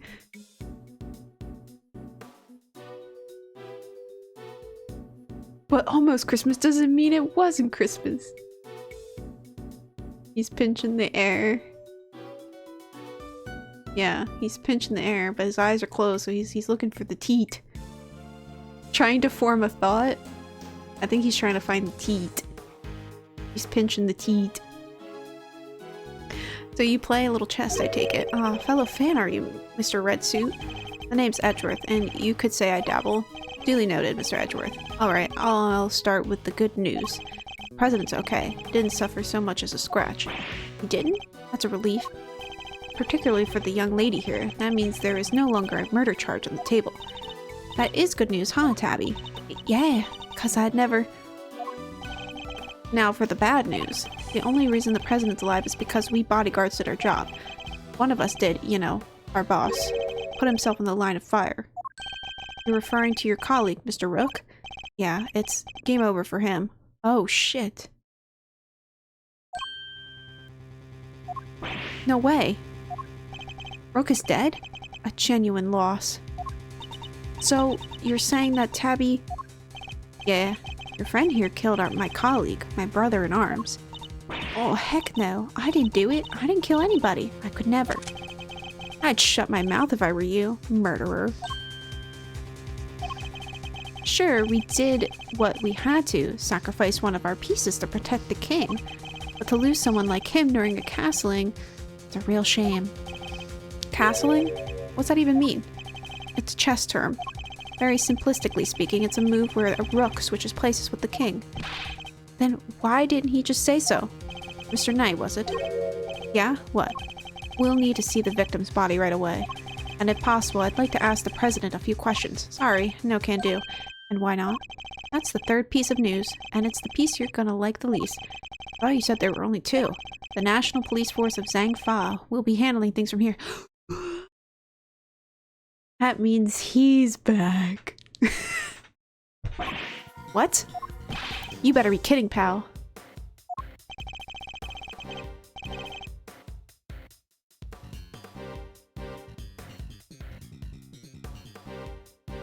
This investigation was assigned to us. We're not about to hand it over. Yeah, the dog boy. You're the Edgeworth, right? The one who solved the Yatkarasu case? The president mentioned you. I'm honored to have warranted his attention. Makes sense that the chief prosecutor would assign this one to you. Wait, the chief assigned me to appease the president? But that was a mistake. A big one. He should have given the case to somebody with a spine. Free to take it up with President Wang. If you enjoyed diplomatic incidents, that is. Ugh. You're coming with me. We'll continue this on the presidential plane. No, I went British there, not fucking Southern. No. I never did nothing, I swear. We can do this the hard way if you like, but in Zhangfa, justice is served one way or the other.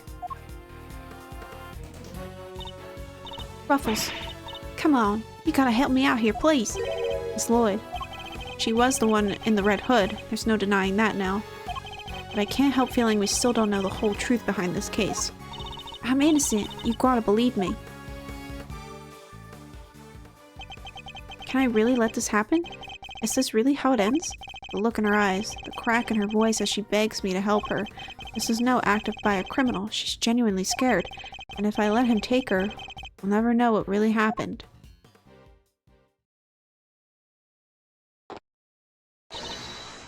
Eek! What? Huh? What the? Get your filthy hands off of... What? Quiet now. Is that really any way to greet me? What? What is happening? What the fuck is happening? You wanna watch the anime? The... Ace Attorney anime?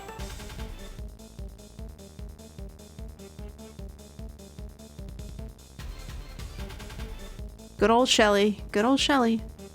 Welcome back, Shelly. Quiet now. Not really any way to greet me.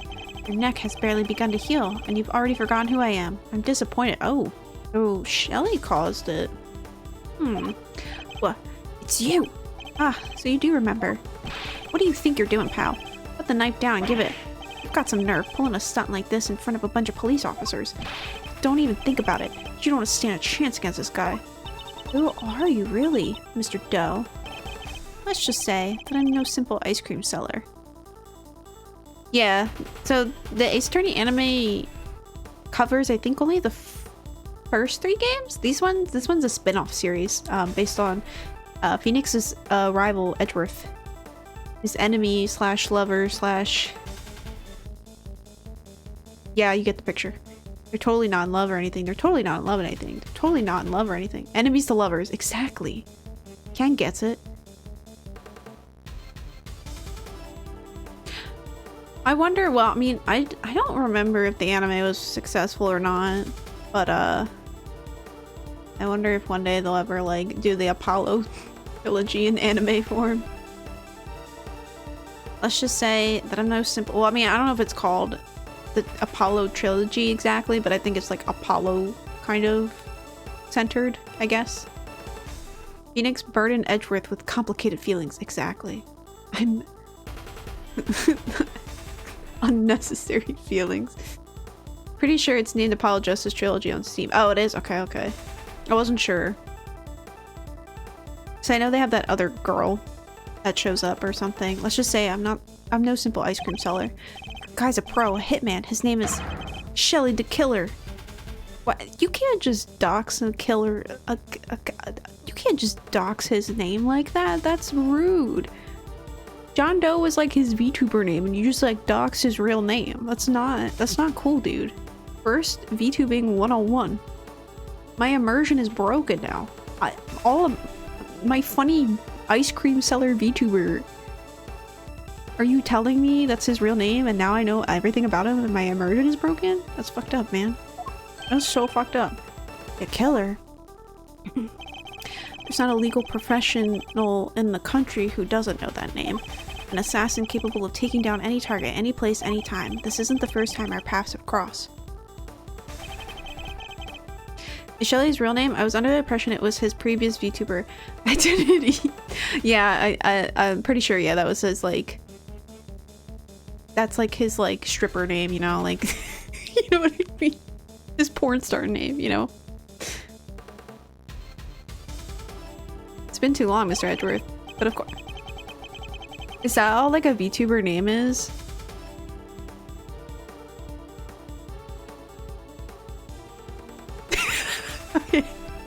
I'm just saying, you know, like, okay, anyway, but of course it's the first time we've met face to face.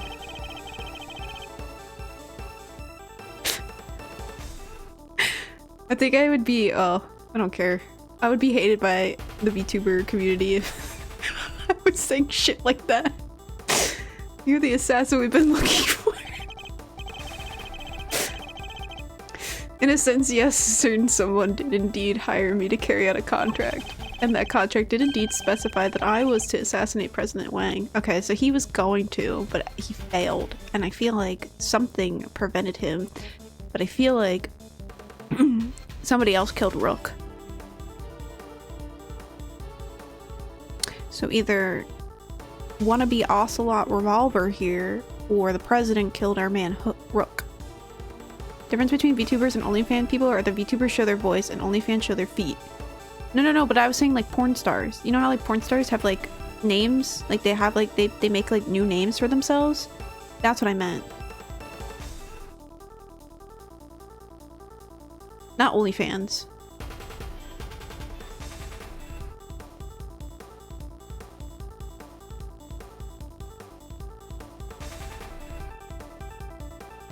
Toes. Give me them toes. Grab emoji. Oh wait, I have a grab emoji. It's perfect for this. Give me your toes.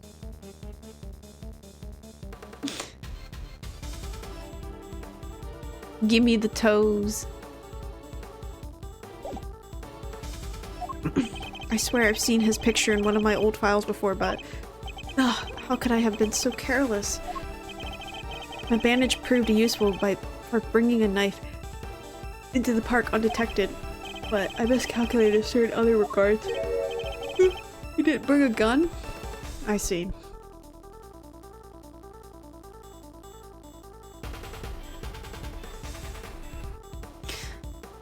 You know, he would have to make an OnlyFans. He's gonna kill me for saying if he's still here. But I appreciate the pun. Get it? Now, Shall we play a little game, Mr. Knight? I know how fond you are of such diversions. The stakes must be high in order for it to be fun, of course. Shall we wager, say, your life? What do you want from me? I would like for you to allow Mr. Edgeworth to remain in charge of the case. Man, Shelley coming in clutch. Man, Shelley looking out for us. You what? What are you up to, the killer?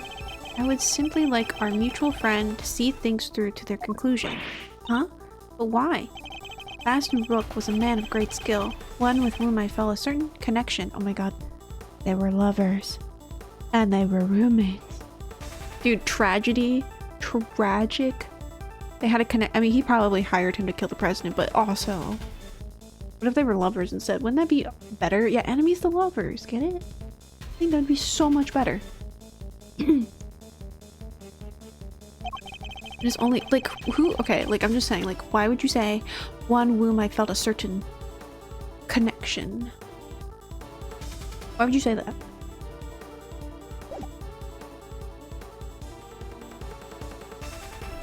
It is only right that the truth behind his death be brought to light.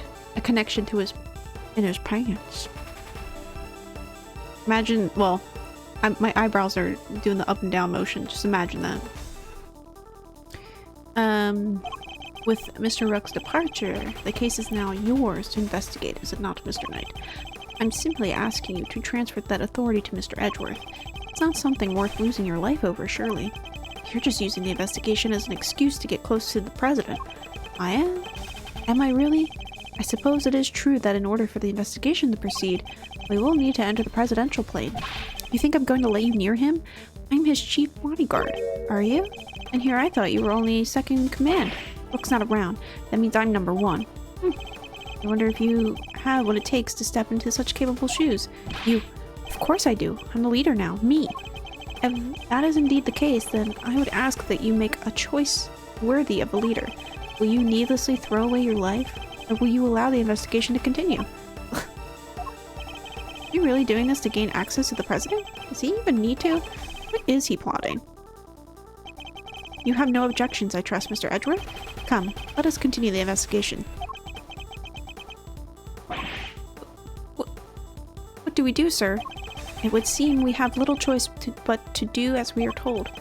That said, listen, detective, and listen well. Wiggling eyebrows like Dr. Wiley. Exactly. I'll buy us some time as I investigate. Meanwhile, you gather the other officers. Have them surround the plane and make absolutely certain that there is no way he can escape. Yes, sir, you got it. To be continued.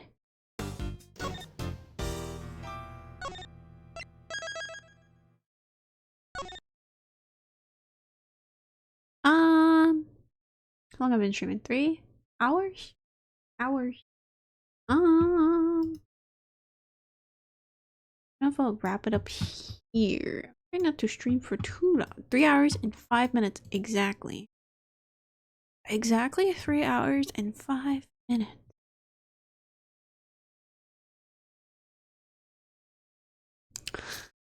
Um, 3 hours and 6 minutes.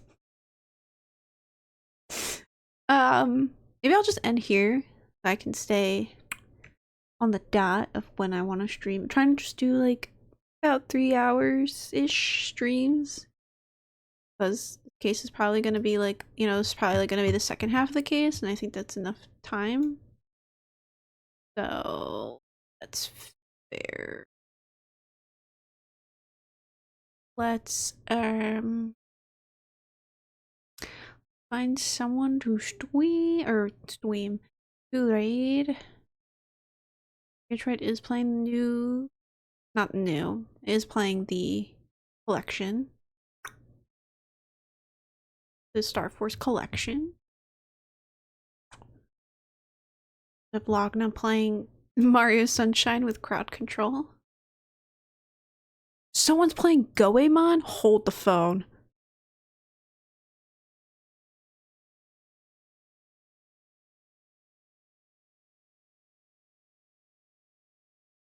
Hold the phone.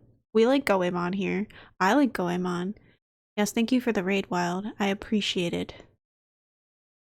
Thank you, thank you. Oh, I don't know. Oh my god, I saw Goemon. My eyes went bing, like laser focused. But they're playing the N64 one, which I haven't played yet, and I don't want to see footage of it quite yet because I don't want, not that like it would be spoiled, but like I don't want to quite see it yet. So we'll just raid Megatroid since he's playing my favorite game, one of my favorite Mega Man games, Star Farts, Mega Man Star Farts. Go get pizza. Well, thanks for joining, Jet Mike. Enjoy your pizza. All right. I will see you guys. I'm not streaming tomorrow, but I think, if I recall, I will be on Megatroid stream tomorrow. He invited me to come play or watch him backseat him or passenger princess him in Star Force. So yeah. Okay. I will see y'all next time. Bye bye.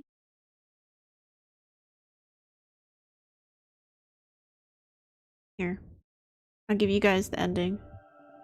Wait, can you hear it? Oh yeah, you can. Alright, get out of here. Leave. Get out of my store. Go. Leave. Go. What do you mean, wow? Go. Leave. You leave. No, you know what? That's it. Kicking you out.